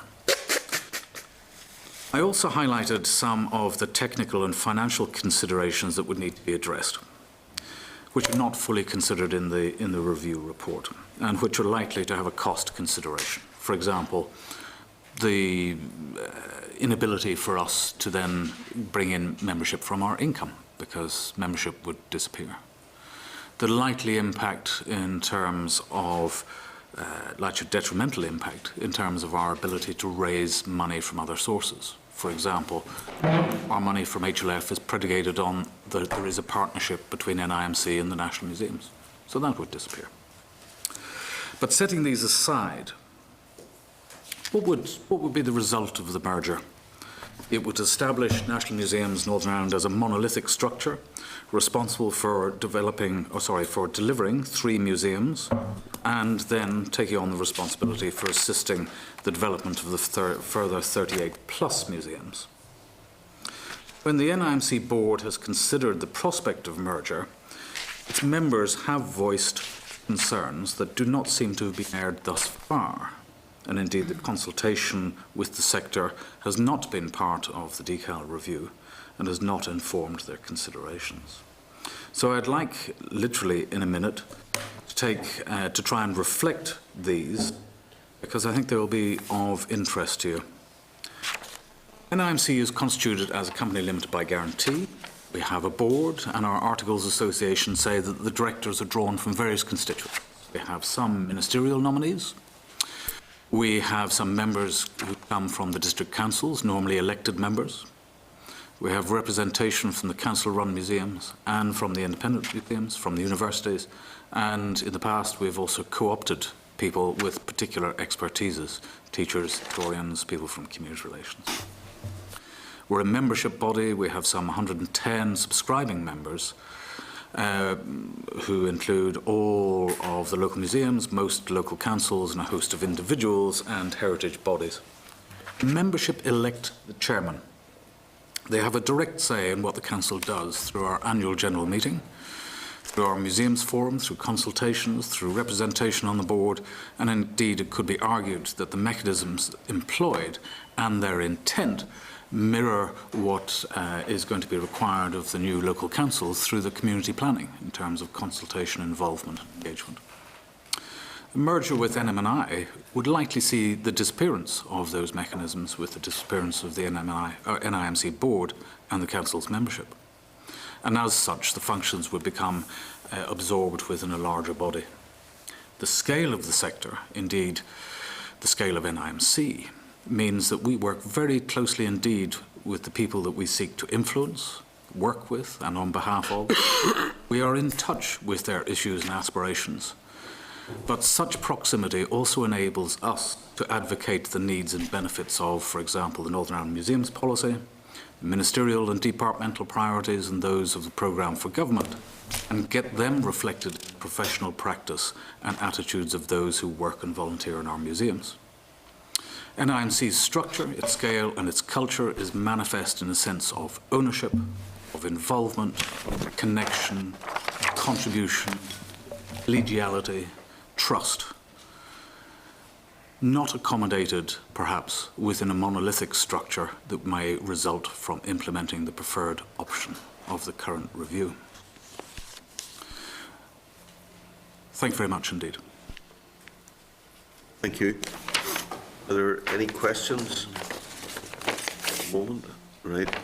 Could I just ask, in terms of the co-location of premises, is there a particular spot within the current estate that has been looked at, or is that something that you're still working on? It is something we're still working on. We've been in touch, obviously, with the operations people within the National Museums who have come out to our headquarters to assess what we need, and then are going to see if there is a fit between what we need and what they can provide. It looks likely, given the current setup, that Cultraw would be the site that would be available. And indeed, we see distinct advantages in that because of the close work that we already do with National Museums could be assisted. I mean, as you well know, the serendipity of corridor conversations with people of a similar outlook, a similar discipline, could reap considerable rewards, while at the same time maintaining our own independence as an entity. And I think then that gives us the best of both worlds that we envisage as distinct advantage in the co-location. It's a good constituency as well. Particularly with a very active museum. Can I just, Chair, I know that a lot of the numbers are similar rounding, but there was one particular table here you've on Number 8, you actually have a 4,000 additional amount, possibly as a cut delivered. Is that just in rounding, or is there something else maybe goes in there? It's principally in rounding. Yes. A fair proportion of it, though, isn't it? Yes, the other aspects that certainly the board has been bearing in mind is things like in the current financial year we had an in-year budget cut, so we need to have, if you like, contingencies with the budget to accommodate such variations as that. And we have the opportunity to contribute to various programmes that are maybe not envisaged at the outset of the year, and so having that flexibility within the budget allows us. Rosie, Corey. Carly, thank you, Chair. When you were talking about the savings earlier, you were saying you could look at overheads, programme costs or staff costs, and you went through the way you came about it, and then you said about there was an amount left and that was going to be met by someone on maternity leave. Yes. Is that person just going to lose that amount of money? Like, is that would that have been an amount of money that she was entitled to?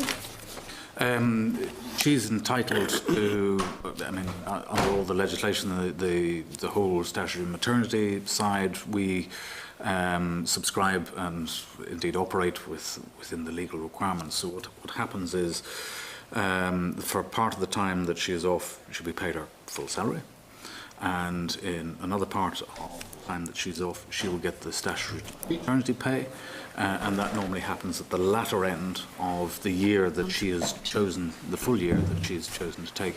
So we don't have to pay the full salary amount during that latter part of the maternity leave.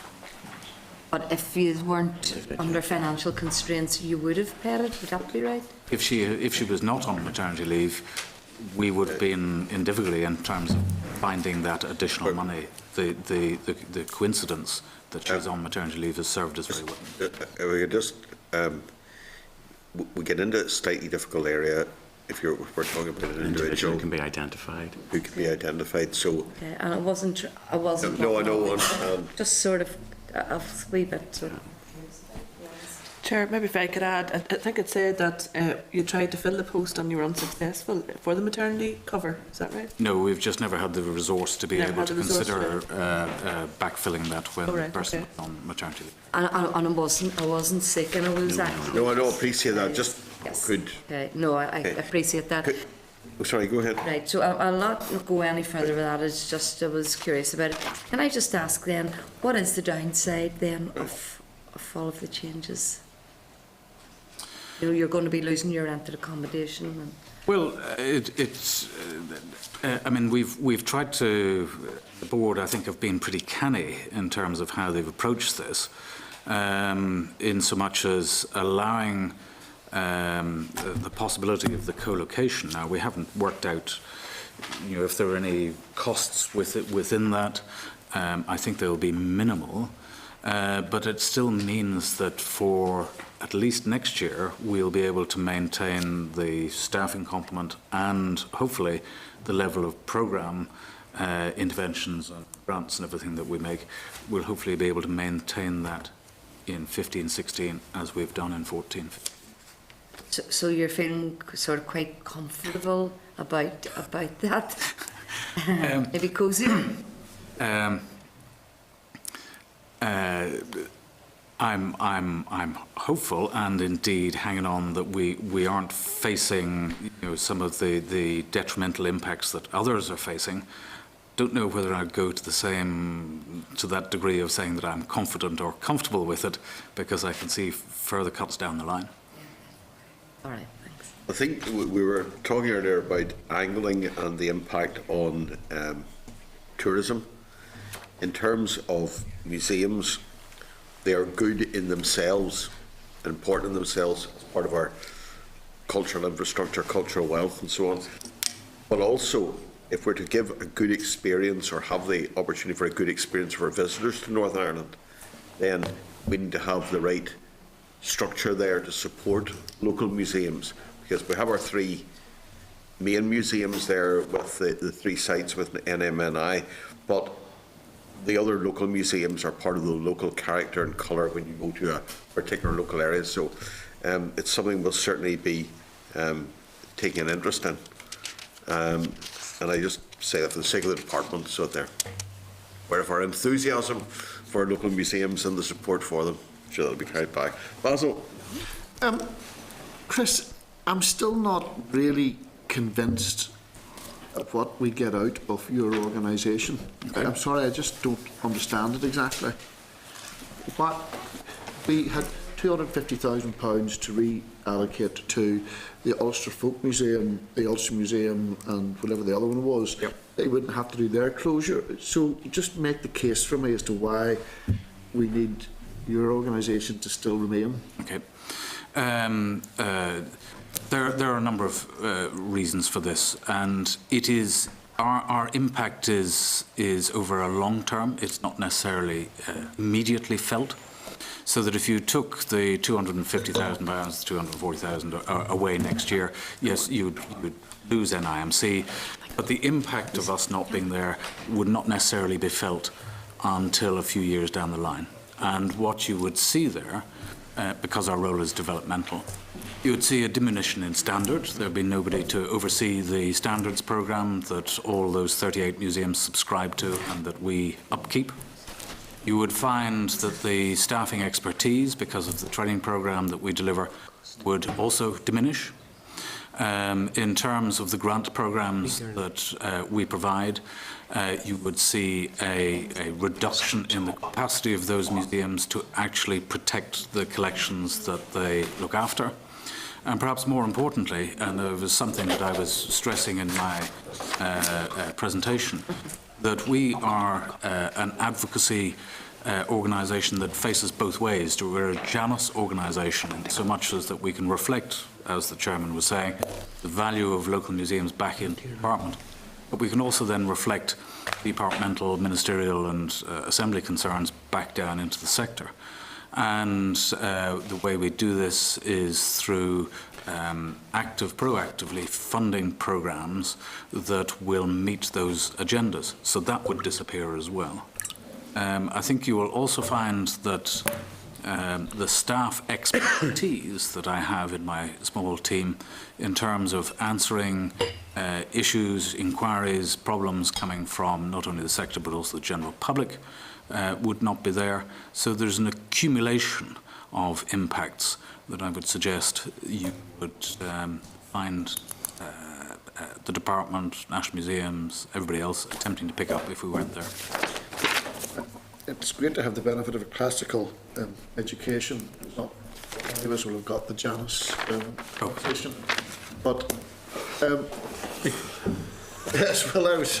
Thank you for whispering it to me. But if I was looking at in brass tacks, I'm sorry, I know you've given this information, but just for the help of this, how much money of your 240,000 odd do you give out in grants? In grants, about £50,000 a year. And how much of it is in specialist staff doing training and things like that in the museum, maintaining standards, which I think is what you said was another thing? Yeah, the grants aren't necessarily to do with the standards. I'm taking this. I'm trying to work out, because you can maintain the grants, it just wouldn't come from you.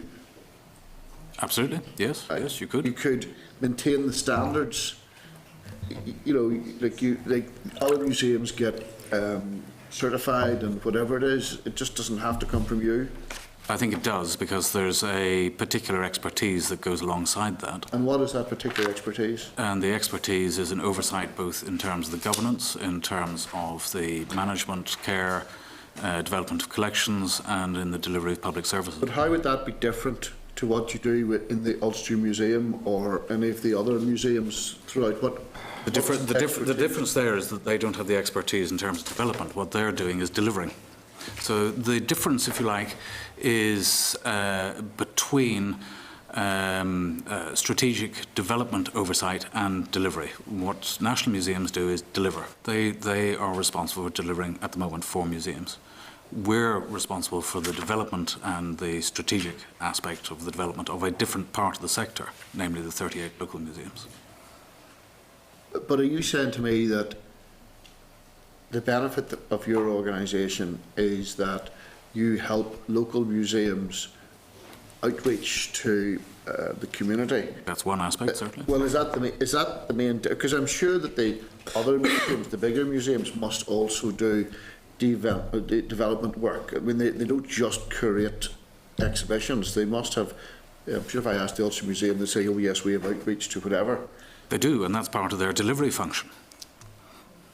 So you've lost me about why are they delivering something but you're developing something?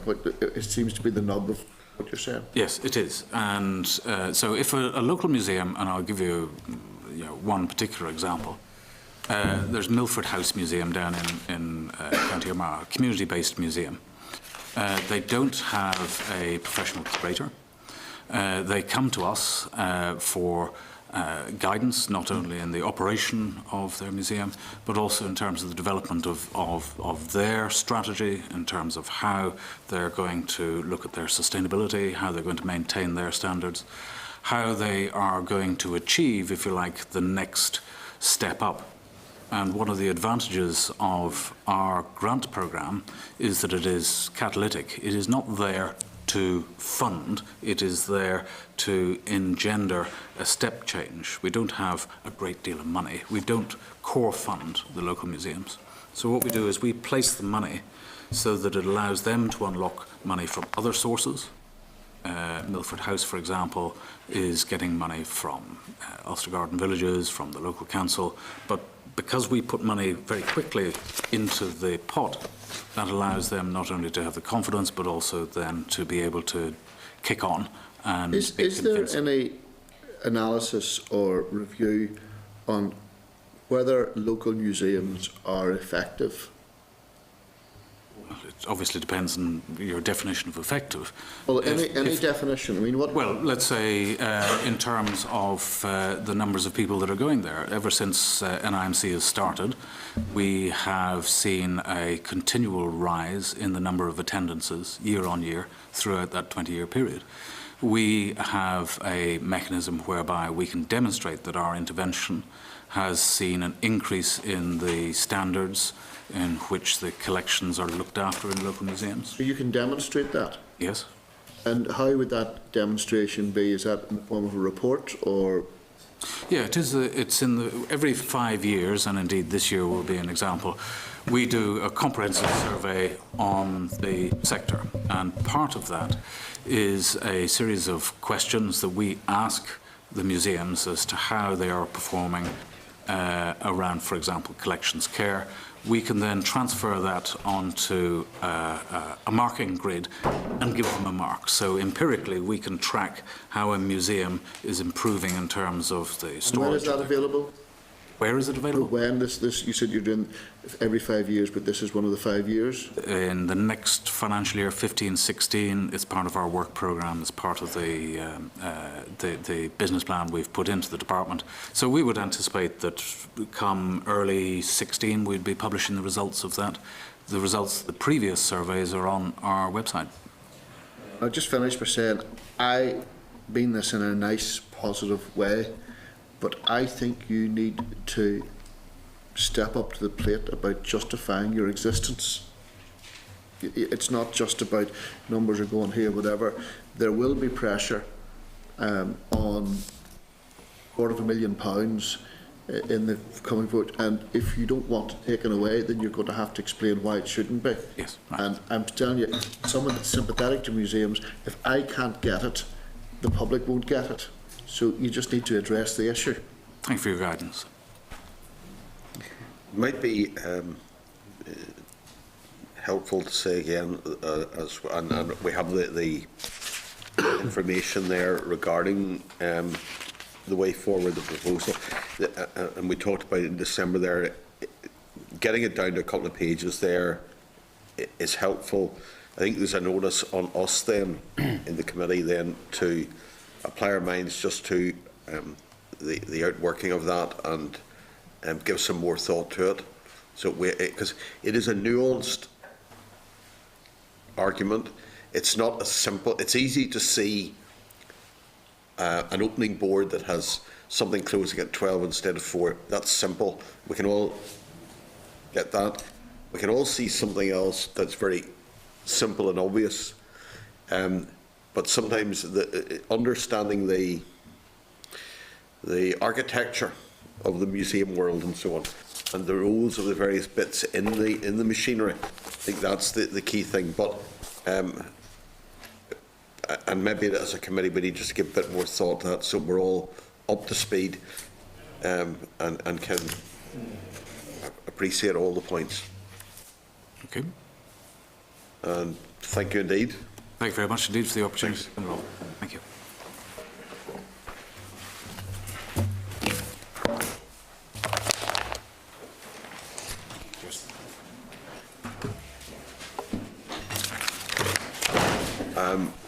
Could I suggest in this context then that moving forward we invite the department in for a presentation in a closed session, so we can have a very, very frank discussion with the officials about how this is all moving. If members would be agreeable to that. Yep. Can I also ask that we actually get Dan to have a look at it from a research paper? I'd like to know what the comparative performance is with other parts of the British Isles, with small local museums, about how you go along and see if that's a trend, because I think we need some factual underpinning as to why it's a good thing, if you like. That would be acceptable. Yeah. I think the difficulty in some ways is that in you have the community ones, and probably the sector needs broken up. And I think remember years ago, Chris did a presentation about the sector. The ones that are the community-based independent ones, a bit like Milford, and then the ones that are run by local authorities, and then you've got military. You've all sorts of museums. So it's important to see the different sectors, and whilst it will be useful to draw a comparison with other regions of the British Isles, I like that phrase. It's also, I suppose, the difference also with local government structures over there. And I don't know what the comparison is. Do we have more of these small independent ones? Oh, that's Do we have trusts? That's what. If I was to, Yes. if I was to say to you, I can understand in certain areas where the big blockbuster type things is a way of going forward. You know, the Science Museum or this, that, and they all have very expensive things, but they tend to be geographically remote. And there is something about having local history about, this is what happened in this area, or a niche, as you said, about military, whatever. So I would just like to know, is that a growth market? Is that something that is a different type of sector than we're doing elsewhere? And if it is the case that we're tapping into something that the public want to see, well, then it is worth investing in, But I just think that we need a bit of help to make that case. And I don't want to be negative on it. I just say that I know in my own constituency in Lisburn, we have a fantastic museum about linen and such like, because it goes to the centre. The trouble is, it's actually in the first floor, and so you just can't help thinking that it's superb, but we're not getting enough throughput through, and it's always a strain on the local council's budget because it's not covering its costs. So maybe if we had expertise in marketing or some sort of connection, we might be able to address this. So not being critical, I just think that we need to, as you said, Chair, to understand it. I've no doubt when you're subsumed into Castlereagh Council, the expertise that will flow there will be.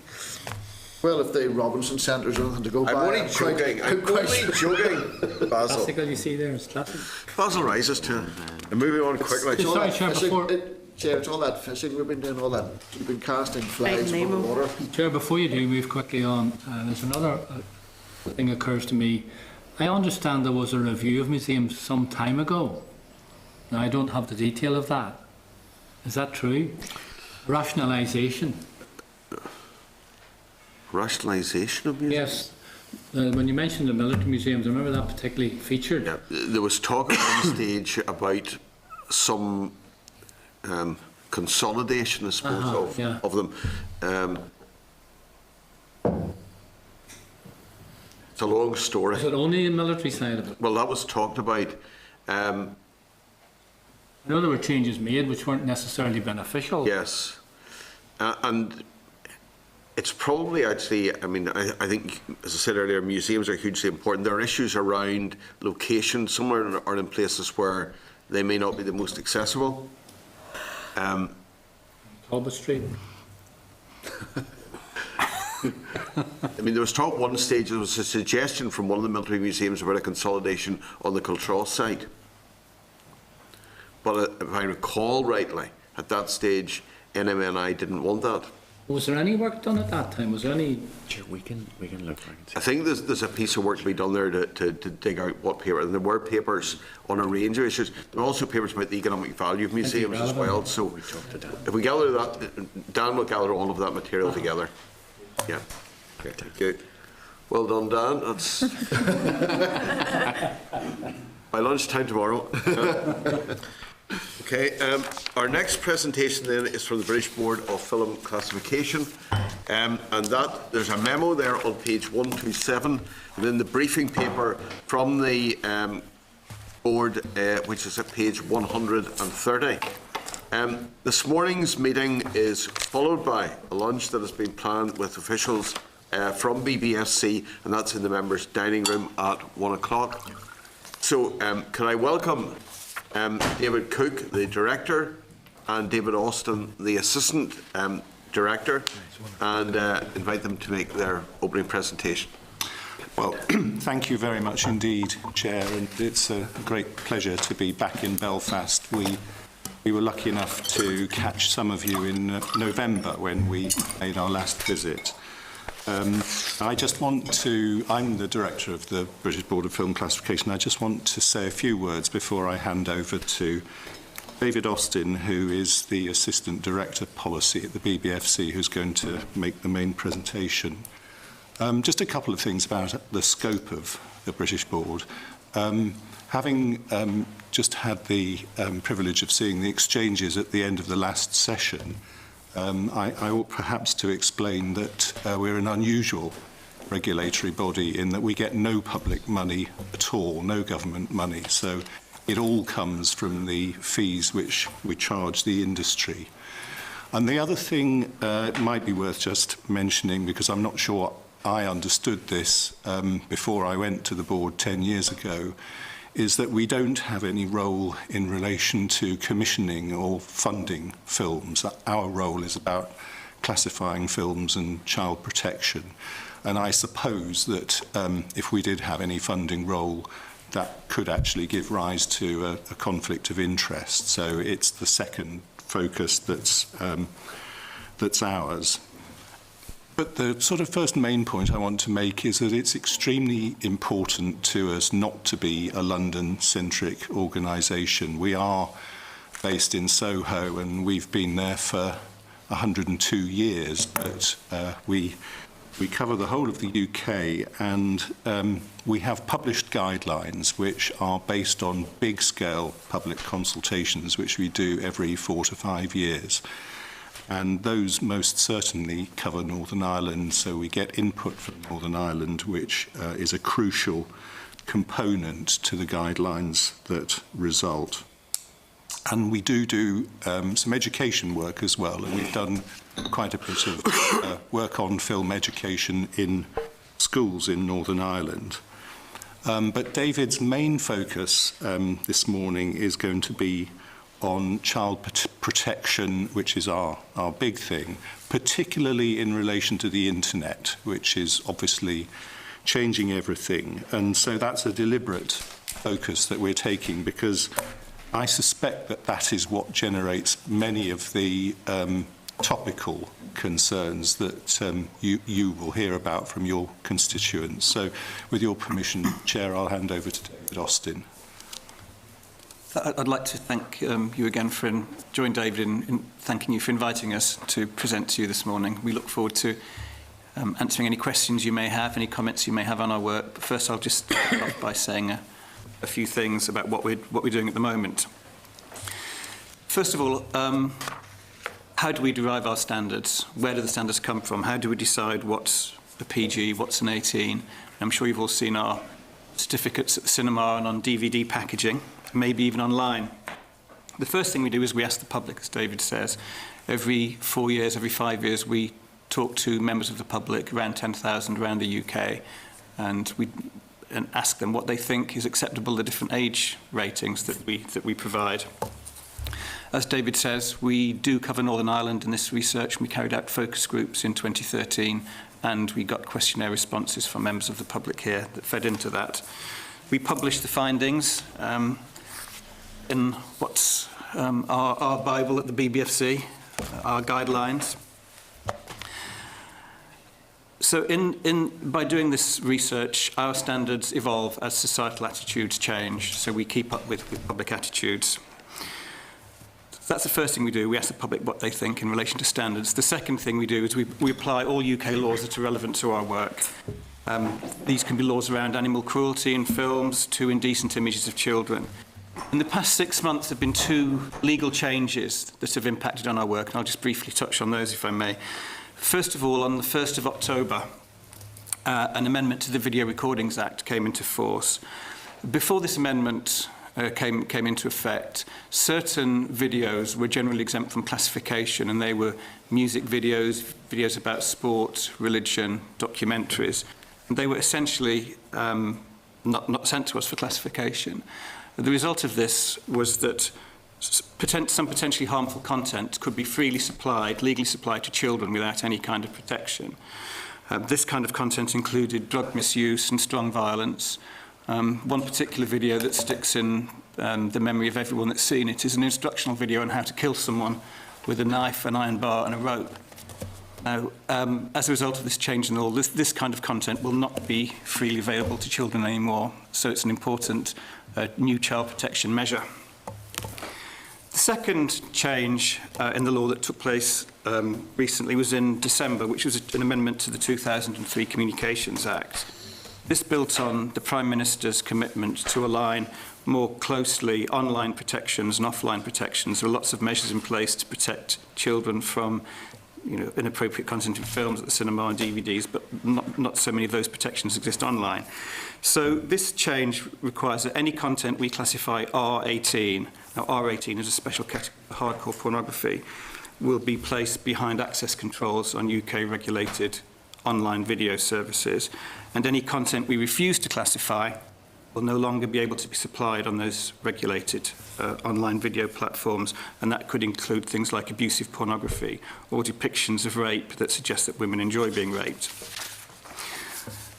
Earlier this month, we refused to classify a film for online distribution in the UK. This is the first time we've refused to classify an entire film since 2011. It's a film called Hate Crime, and for almost all its running time, it focuses on a gang of neo-Nazis abusing, torturing, raping, and ultimately killing members of a Jewish family in their home. There's no other context to the action. It's basically 72 minutes of relentless racist abuse and terrorization. We considered that this video was potentially harmful in the way it depicted this type of abuse and violence, as well as being unacceptable to broad public opinion, and therefore we refused to classify it. And this means that this video will not be supplied by any UK provider, either online or in physical form. Turning to our non-statutory work, which is the online work that David alluded to at the beginning, our work continues to grow. We had a threefold increase in the amount of online content we classified last year over the year before.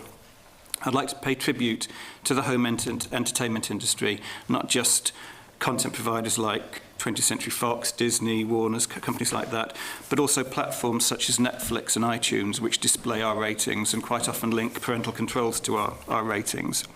They put child protection and consumer empowerment front and centre of their online offering.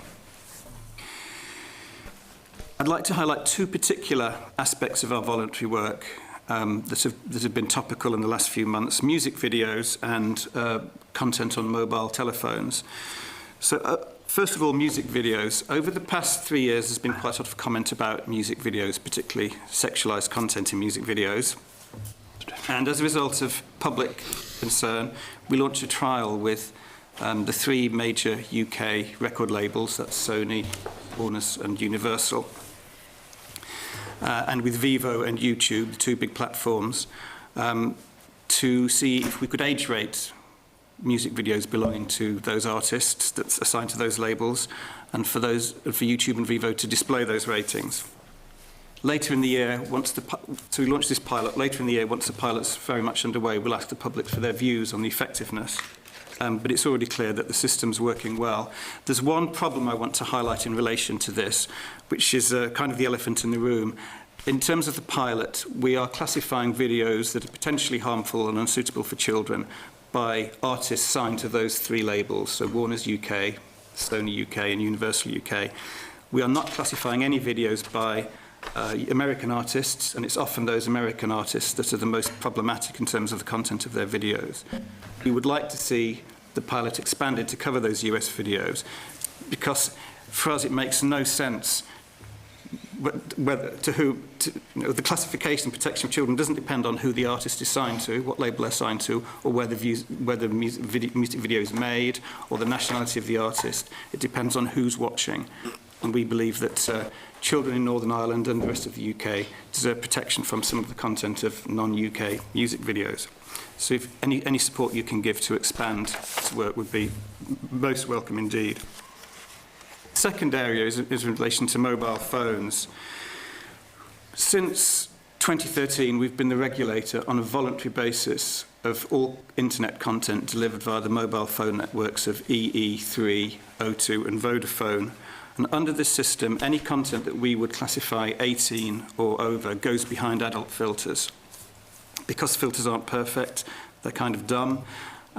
They sometimes make mistakes, and if a parent is concerned that content that's inappropriate for their children is not filtered, or if a website owner thinks they're being unfairly filtered, they can come to us and we'll take a look at that website and then give an opinion. And we, as part of our commitment to transparency, we publish the results of every appeal on our website. This week we launched a new service with one mobile operator, EE, a more granular service. So as well as adult filters for the strongest content, EE will use a strict child-friendly filter based on the BBFC's PG content. So any content that's not suitable for the youngest children will be filtered. There's a weakness of this system, which is external to the system, and again, it would be great if you could support efforts to improve child protection in this area. And that weakness is that neither public Wi-Fi operators nor home broadband providers provide the same level of protection that the mobile network operators do. So, for instance, you can be walking down the street, a child can be walking down the street and unable to capture on 3G or 4G, say a pro-anorexia website, but as soon as they go into a coffee shop and they go to the Wi-Fi and they're no longer on the network, the network of that particular operator, they may well be able to access that kind of content. We think there's a case for the same protections applying irrespective of whether we're talking about 3G or 4G networks or Wi-Fi. Finally, what about the next generation of consumers? As David said, we run an extensive education programme aimed mainly to help children navigate audio-visual media in a safe and secure way. We provide a number of online resources to children of all ages. We also visit schools. As David says, we made a number of visits to Northern Ireland. Last year, for example, we spoke to students in Ballymena, Belfast, Bangor, Newry and Carrickfergus. We also take part every year in the Cinemagic Festival. And we spoke to several hundred primary and secondary school students at that festival this year and have done in previous years. Finally, very finally, if any of you have any schools in your constituency that would like to know more about the BBFC, we can set up a video conference or come and visit the schools. So please let us know if you'd like us to do that, and we will do so. So that's all I have as my perhaps overlong introductory statement. But if you have any questions for David or I, will be happy to answer. Thank you. Thank you. Anyone wish to start the questioning? Sorry, yeah, thanks very much for your presentation, and good seeing you again. Just on the online pornography and internet safety and all that, it's very much a topic, I suppose, in every household where children, even their education is very much based on information gathered up through going online or whatever, and social media and their communication and on and all of that's very important. But I think education in the household of the parent is even more important, where is probably the dangers that's out there probably isn't just as well known to the mother or father or guardian as what it should be. What is your what are you doing to be able to help protect that even more and encourage that more? Yeah, I absolutely agree with you that educating parents and grandparents is something that we need to do, and we do. We provide a number of online resources for parents. We have a children's website, and there's a parent section of that website, so we provide that. We also provide information through schools to parents. We've been talking recently to grandparents' organisations because increasingly grandparents are looking after younger children and need to know about how classification works and how to protect their grandchildren from potentially problematic content. We work with a number of online forums such as GrannyNet, Mumsnet and organisations like that to get the message across about how to protect children from problematic content online. We also work closely with Vodafone, who produce some really good education material for parents and those with responsibility for children, and we work with them as a partner to get information like that across to them. Chair, could I just add one point? You talked to international colleagues on this point, and everybody will support education on media literacy. But there are some countries like Denmark, for instance, where you get the impression that this is such a sort of dominant remedy that it's really regarded as more important than anything else. I think our view is that education works better in conjunction with a classification system, and that it can then be mutually supportive, because parents can actually blame the BBFC if they want to. If they're in a tight corner, say, look, this is a 15 classification for a reason. And I think the same is true in this online voluntary area as well, where there's no statutory powers that we have. But I think in that area, David's mentioned some of the partnerships and some of the big companies who have got involved. And again, it works better if you can combine education with some kind of standard-setting system and system for providing good content information about what is actually in the film or, TV series or whatever it may be. I just asked David, and I probably missed the point that you were making, and so I'll maybe ask you to indulge a wee bit more in it, where somebody was downloading maybe a film and they went into a different network. They couldn't download, It was blocked on their own, but went into maybe a coffee shop. Could you explain that a wee bit more? Yes, so I'll take a step back to give you a little tiny bit of history. So the mobile operators have been working together for a number of years, and they don't see child safety as a sort of competitive advantage again in between each other. They see it as a desirable thing in itself. So they came to us a couple of years ago now, maybe a bit longer, and asked if we would set the standards where they place their filters. And they all want to apply the same standards, and they use, between the four companies, they use 2 filtering companies. So we've worked with those filtering companies as well. And everything that we would classify 18 or above will go behind those filters. And those standards are very transparent, and they include things like pro-anorexia websites, they include pro-suicide websites, they include sort of depictions of very strong violence, the whole range of things. You can see on a website exactly what goes behind filters. And it's based on the BBFC 18 age rating, which is based on large-scale public research. So that's what the mobile operators do on the one hand. Very open, robust standards and transparent. What, say, the fixed-line ISPs do on another, the public Wi-Fi operators do on a third hand, is quite different. So the public Wi-Fi operators agreed about a year ago that they would filter from coffee shops and other retail outlets any content that features child sexual abuse or hardcore pornography. That's it. That's the minimum standard. Now, a number of operators, such as Sky, do a lot more than that. But some don't, and some limit their filtering to that kind of that minimal level.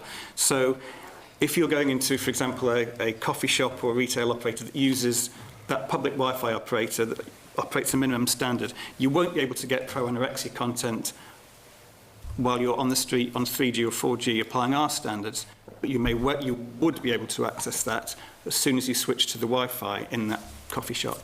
So that's where the problem lies. And we think there's a strong public policy grounds for saying that the same standards and the same protections ought to apply. In the home, that's a different, yet another situation. And again, the main fixed line ISPs tend to see child protection as a competitive advantage. TalkTalk were the first to go into that space with HomeSafe, and others have followed. And they all apply different standards. Those standards aren't always transparent, and in some cases they seem to us to be illogical. I mean, there has been an issue, for example, over video games being a category applied by some of the fixed line ISPs. Now, for us, there's a vast difference between the sort of video game you'll see on the CBeebies and Grand Theft Auto 5. So we would, under our system, we wouldn't filter the children, a video game aimed at children that may well be highly educational, but we would Grand Theft Auto.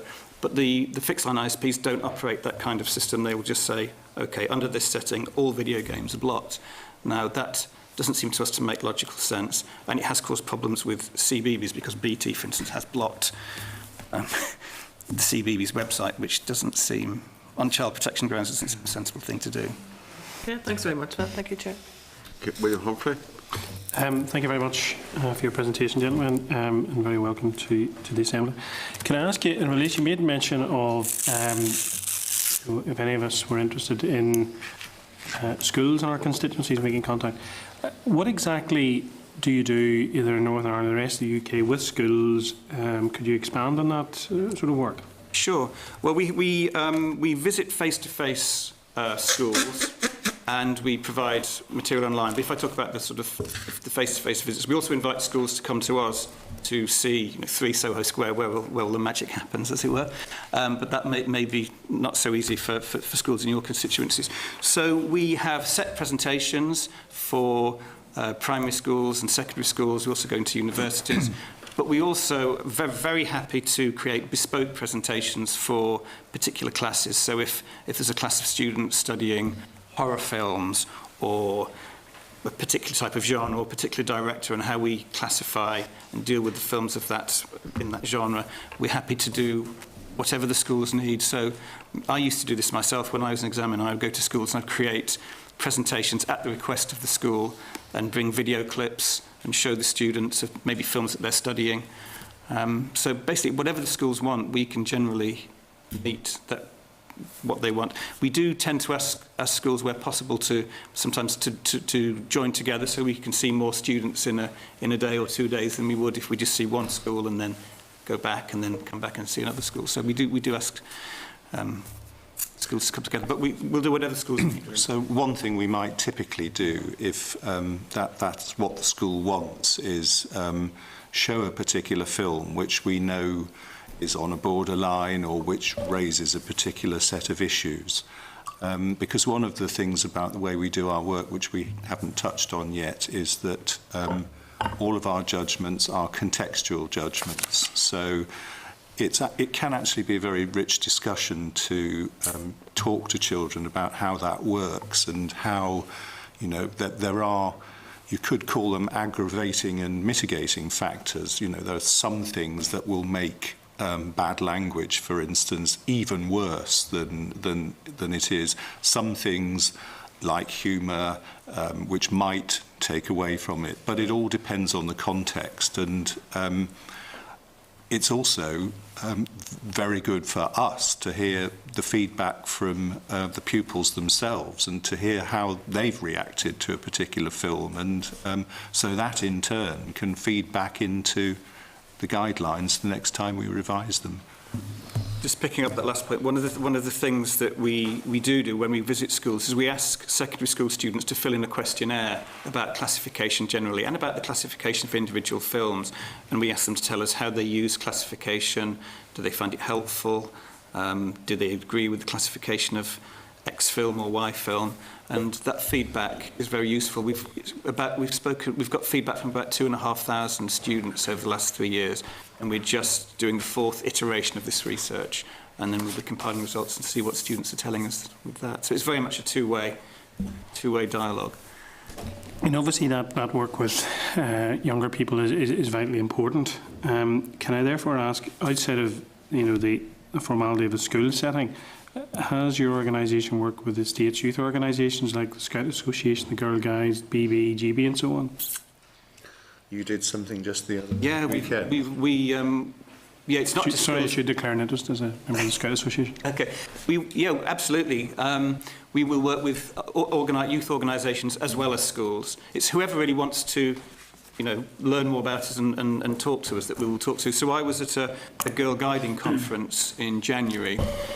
It was a 2-day conference in London, and I went on the Sunday because they were particularly interested in sexualisation in the media and the depiction of women and music videos. So I went to talk to them about the music video pilot that we're running at the moment and about how we classify music videos.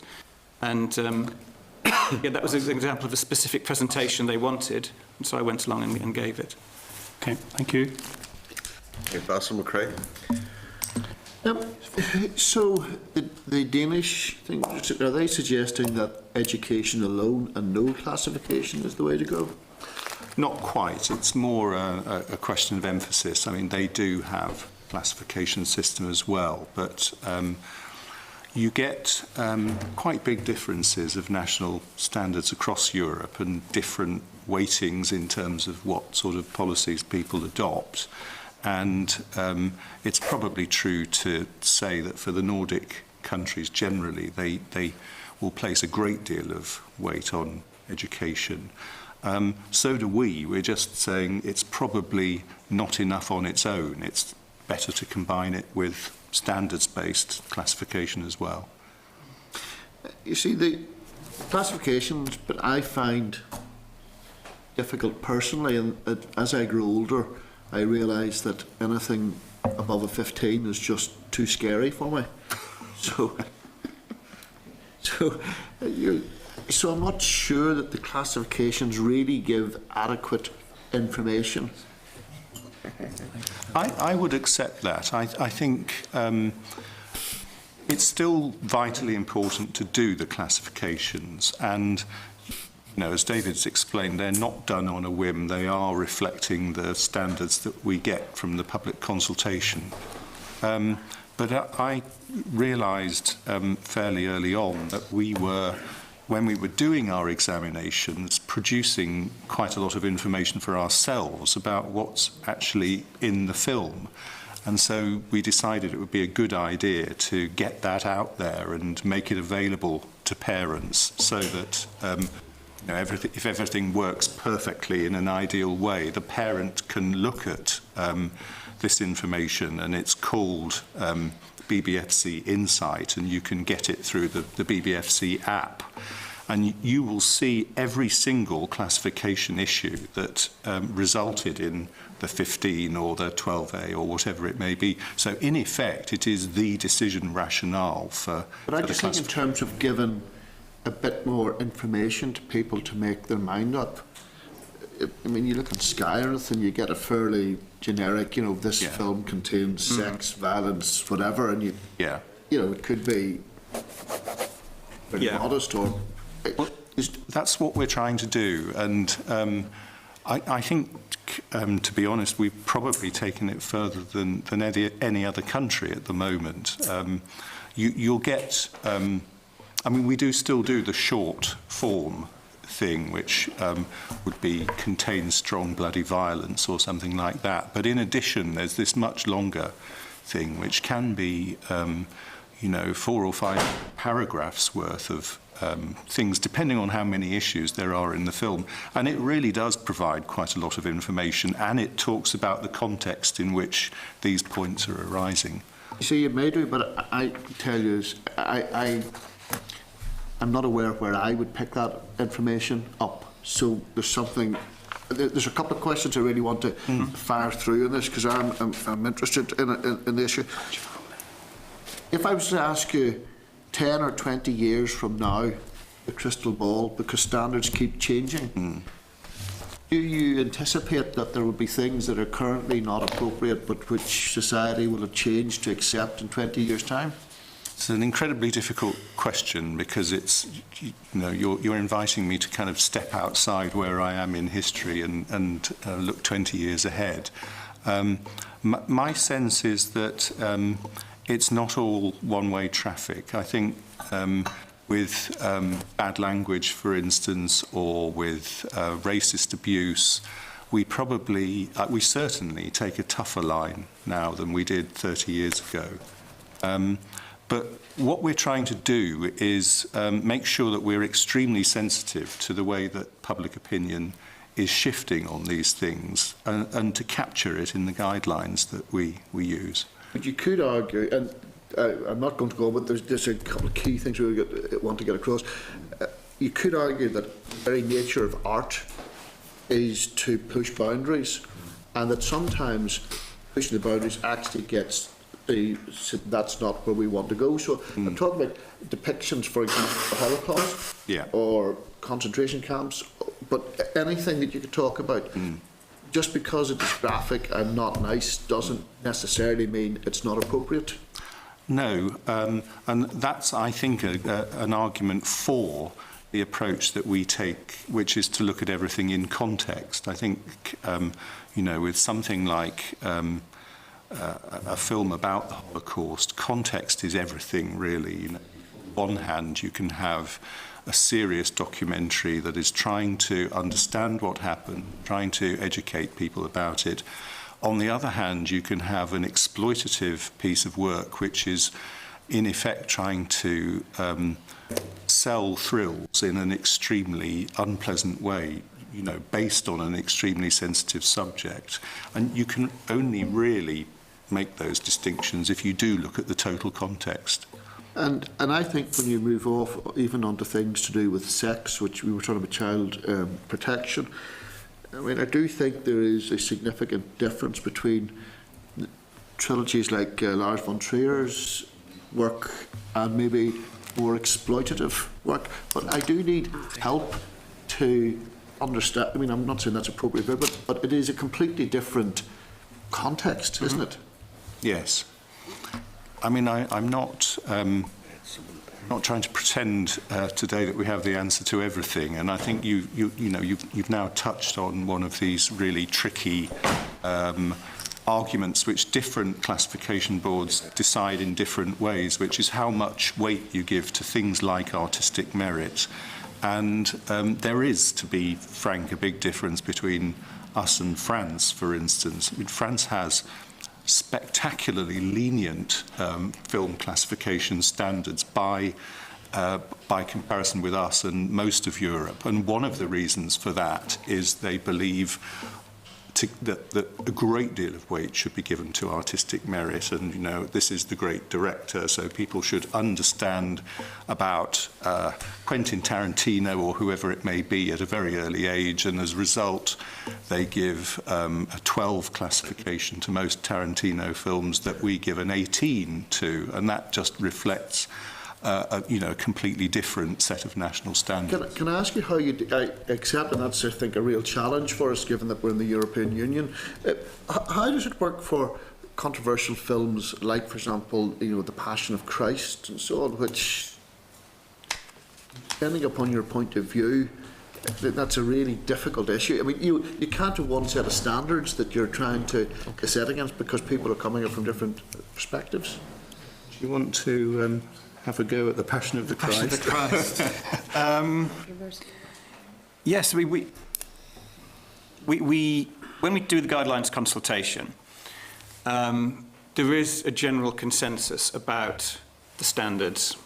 You know, there are views at both extremes. There's the complete anti-censorship view, and one that's saying nothing should be classified, nothing should be censored. And on the other hand, you might have a different view that says, you know, we think people saying we're too liberal. But generally, there's a broad consensus in the middle. And we apply that consensus. We publish it in our guidelines. The Passion of the Christ was an interesting film. We had some quite... we got a lot of internal consideration. I think almost everyone at the board watched it when it came in for classification.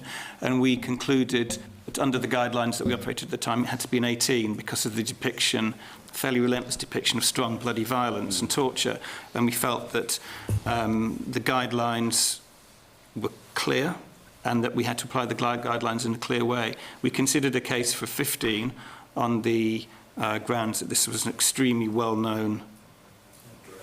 Well, not the director, but the story is extremely familiar to everyone. But we felt that the way that story was handled by that particular filmmaker and that particular film required an 18. We have classified other depictions of crucifixion at PG. For instance, Franco Zeffirelli did a Jesus, or it was maybe even you, Jesus of Nazareth. So it depends on how that same set of circumstances depicted in different films. I think The Passion of the Christ is a brilliant illustration, actually, of how complicated this can be. I first encountered the film when it had come back to the BBFC in a slightly shortened and cut version. And my initial reaction to it, my personal reaction, is this is still very strong stuff and it should probably still have an 18. But then I had discussions with my colleagues and I understood the nature of the cuts that had been made, and we received representations from a number of religious groups who were actually keen that it should have a wider distribution than the 18 certificate would permit. So in the end, we were persuaded to go with the 15 for the shorter version, but they're very complicated judgments to make. So one last question, just on this.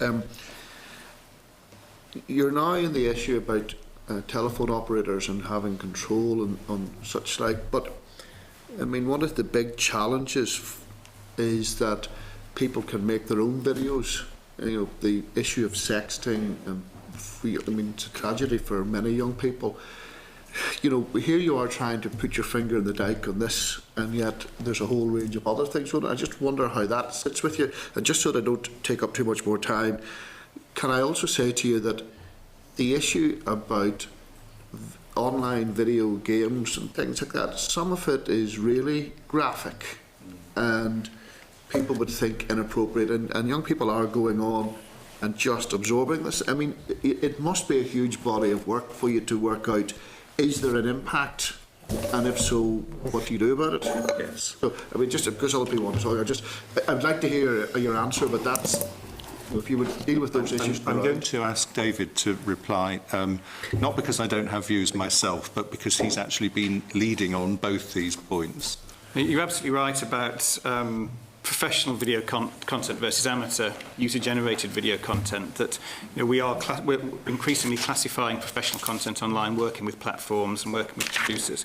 But most online video content, by far the greatest amount, is user-generated. Everything from Freddie Bit My Finger and Sneezing Panda up to the kind of content that you're talking about. So we've been working on an international project within the EU to see if we can improve signposting for this particular type of content. So we've developed with colleagues in the Netherlands a very simple tool, which is a questionnaire consisting of 6 questions. And the idea is that any member of the public that sees a video on a particular platform that uses the tool can age rate that video.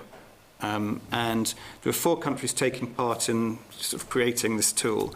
And the beauty of the tool for industry is it's a single questionnaire for anywhere in the world, so you don't have to devise a different questionnaire for different countries. But the beauty of it for the customer is that it produces an age rating or a symbol that represents the national standards of that country. So for the UK, we've developed something that's a traffic light system that is green, amber, red. We're not asking the public to make sort of value judgments about the content of the video. We're just saying, does it contain X, Y, and Z? And then you answer the 6 questions, and then you get an automatically generated rating.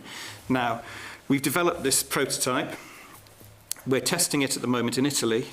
So Mediaset, which is Silvio Berlusconi's media empire, they have a channel called 16mm, which is very much like YouTube. It's an Italian version of YouTube.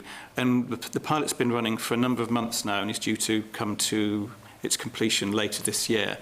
And under this pilot, people that are watching videos on this channel are able to age rate the user-generated videos. And people uploading the videos are able to age rate them. And there's going to be a change coming in the next couple of weeks, which will require anyone uploading a video onto this platform to age rate the video themselves as a condition of it being shown on the platform. So we think this is a potentially really useful way if platforms like YouTube and Facebook start to use it. We think it's a really helpful guide to the public to enable them to age rate content and then see at a glance whether this content's appropriate or not.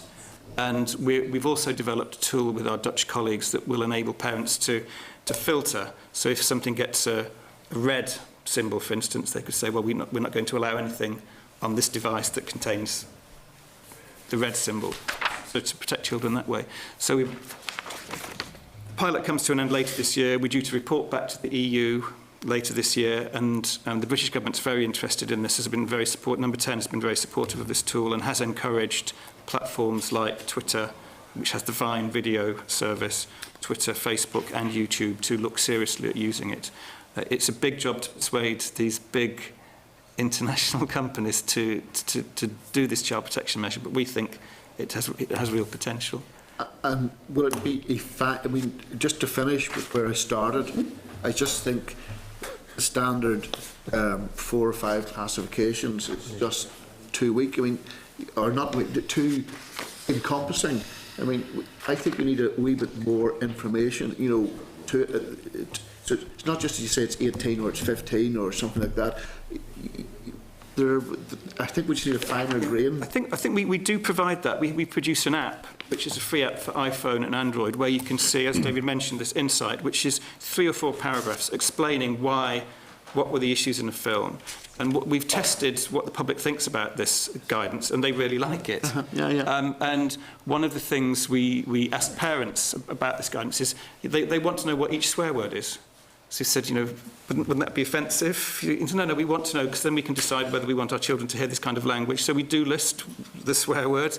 We list key scenes, like if there's a particular scene that is category defining, we will say there is a scene in which someone is, you know, shot in the head with a blood spurt, for example. So we give that kind of detail. And again, we ask parents, aren't you worried about plot spoilers? And we try to avoid plot spoilers as much as possible. But they say, we want to know what the content is so we can protect our children. And please continue to provide it. So you can download the app. It's also on our website. We provide this kind of information for every film that we classify. I think we do provide the We've got our phones turned off at the moment, but maybe we can show you over lunch. Yeah. Thank you, Chair. I was just saying your question is nearly as long as Gone with the Wind. Showing your great reserve of cultural knowledge there, Chair. It's when we do last app. Thank you, Oliver McMullen. Evening, afternoon time. Can I just ask very quickly? You talked about complicated decisions to make when you talked about cultural stuff, etc., etc. How much is your decision swayed by world events?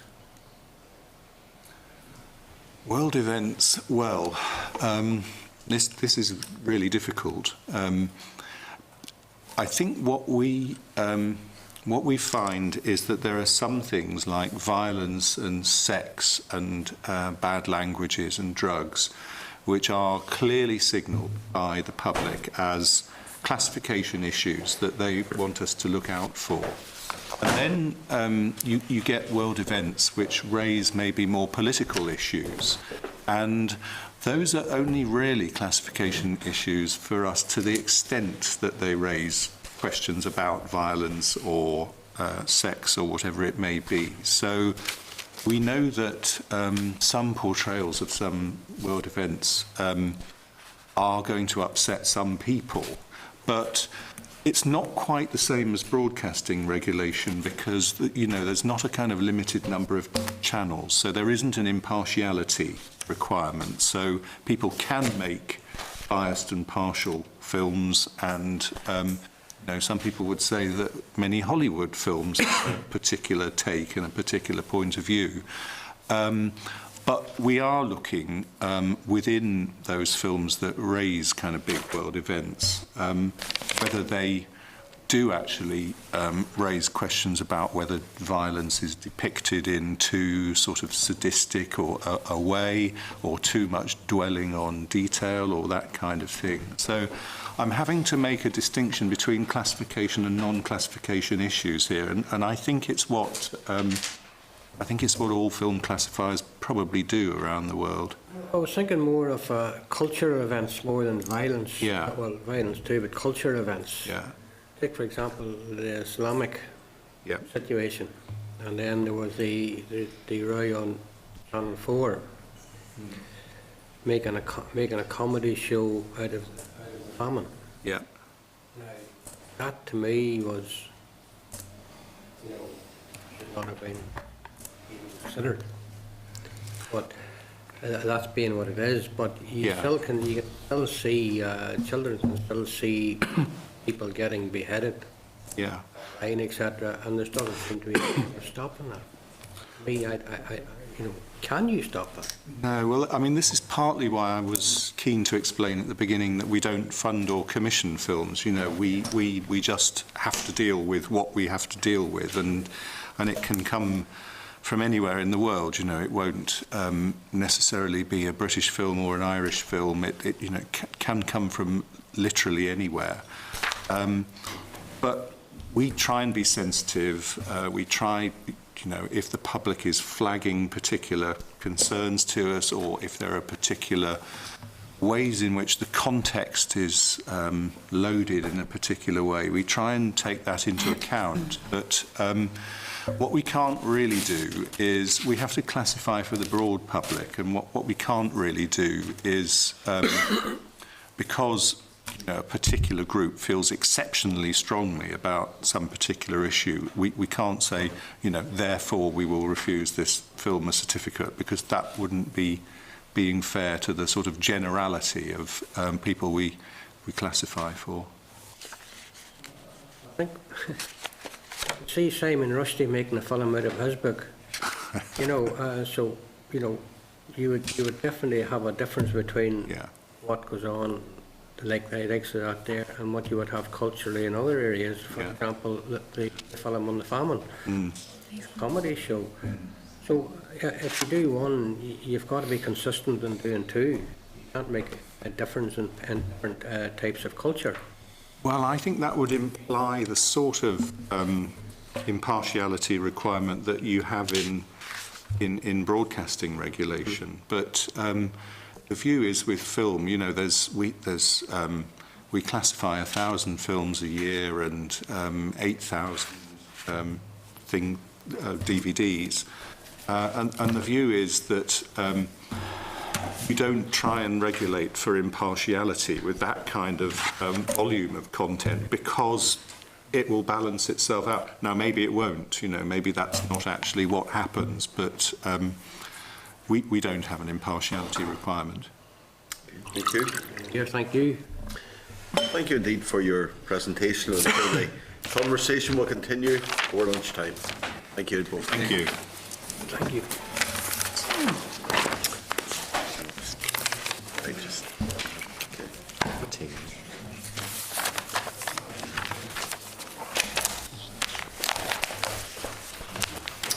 Okay. The brings us on then to matters arising, and if we can all just follow closely to all these as we go through them so that we don't miss anything. Page 133 is the correspondence tracker. Page 134 corresponds the response from DFP regarding public sector voluntary exit scheme in relation to libraries NI. The civil service scheme is for NI civil service staff only and will not be open to staff of arm's length bodies. Individual arm's length bodies will be responsible for the development of their own scheme, with business cases considering business continuity.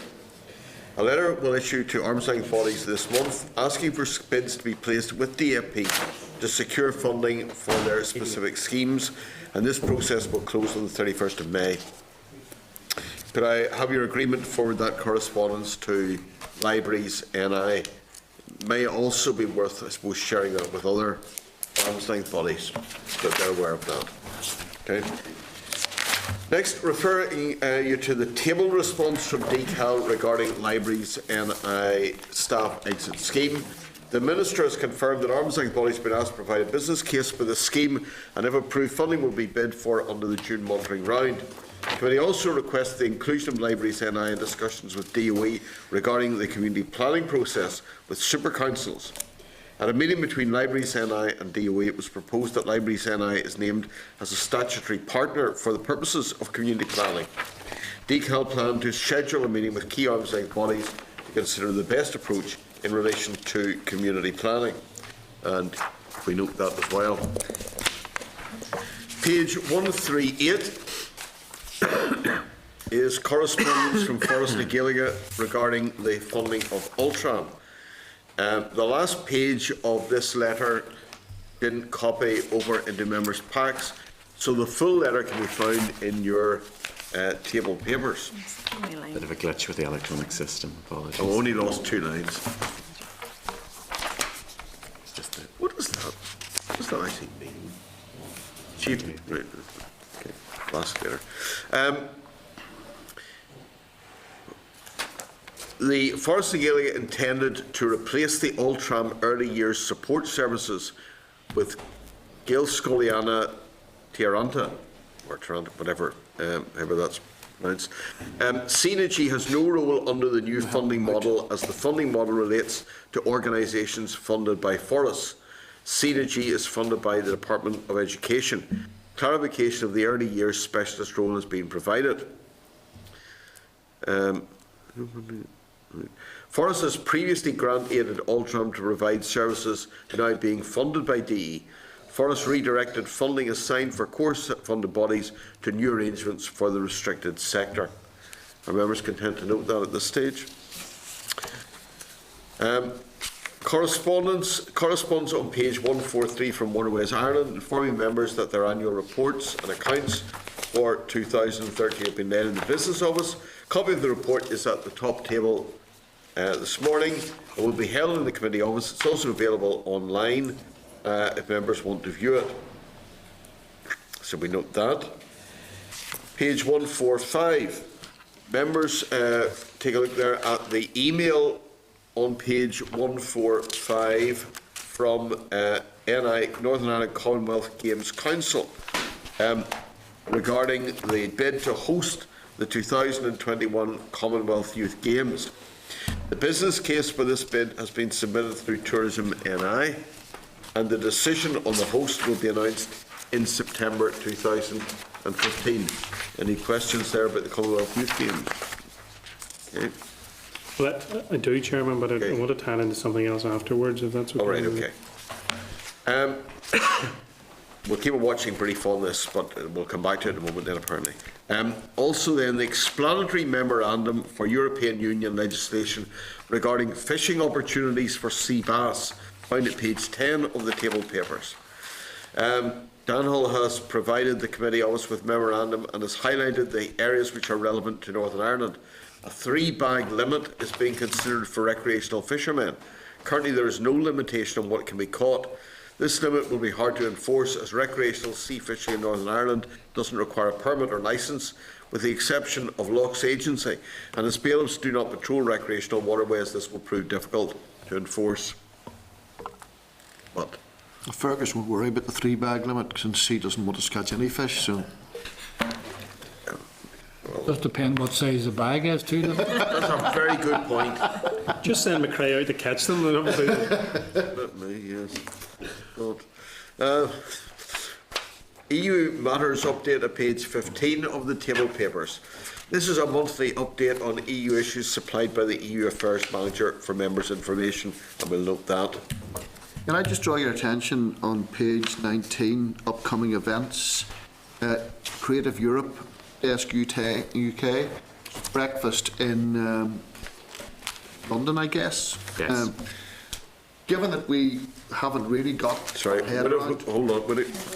Page 19, Page table 19 papers. is this, right? Table papers.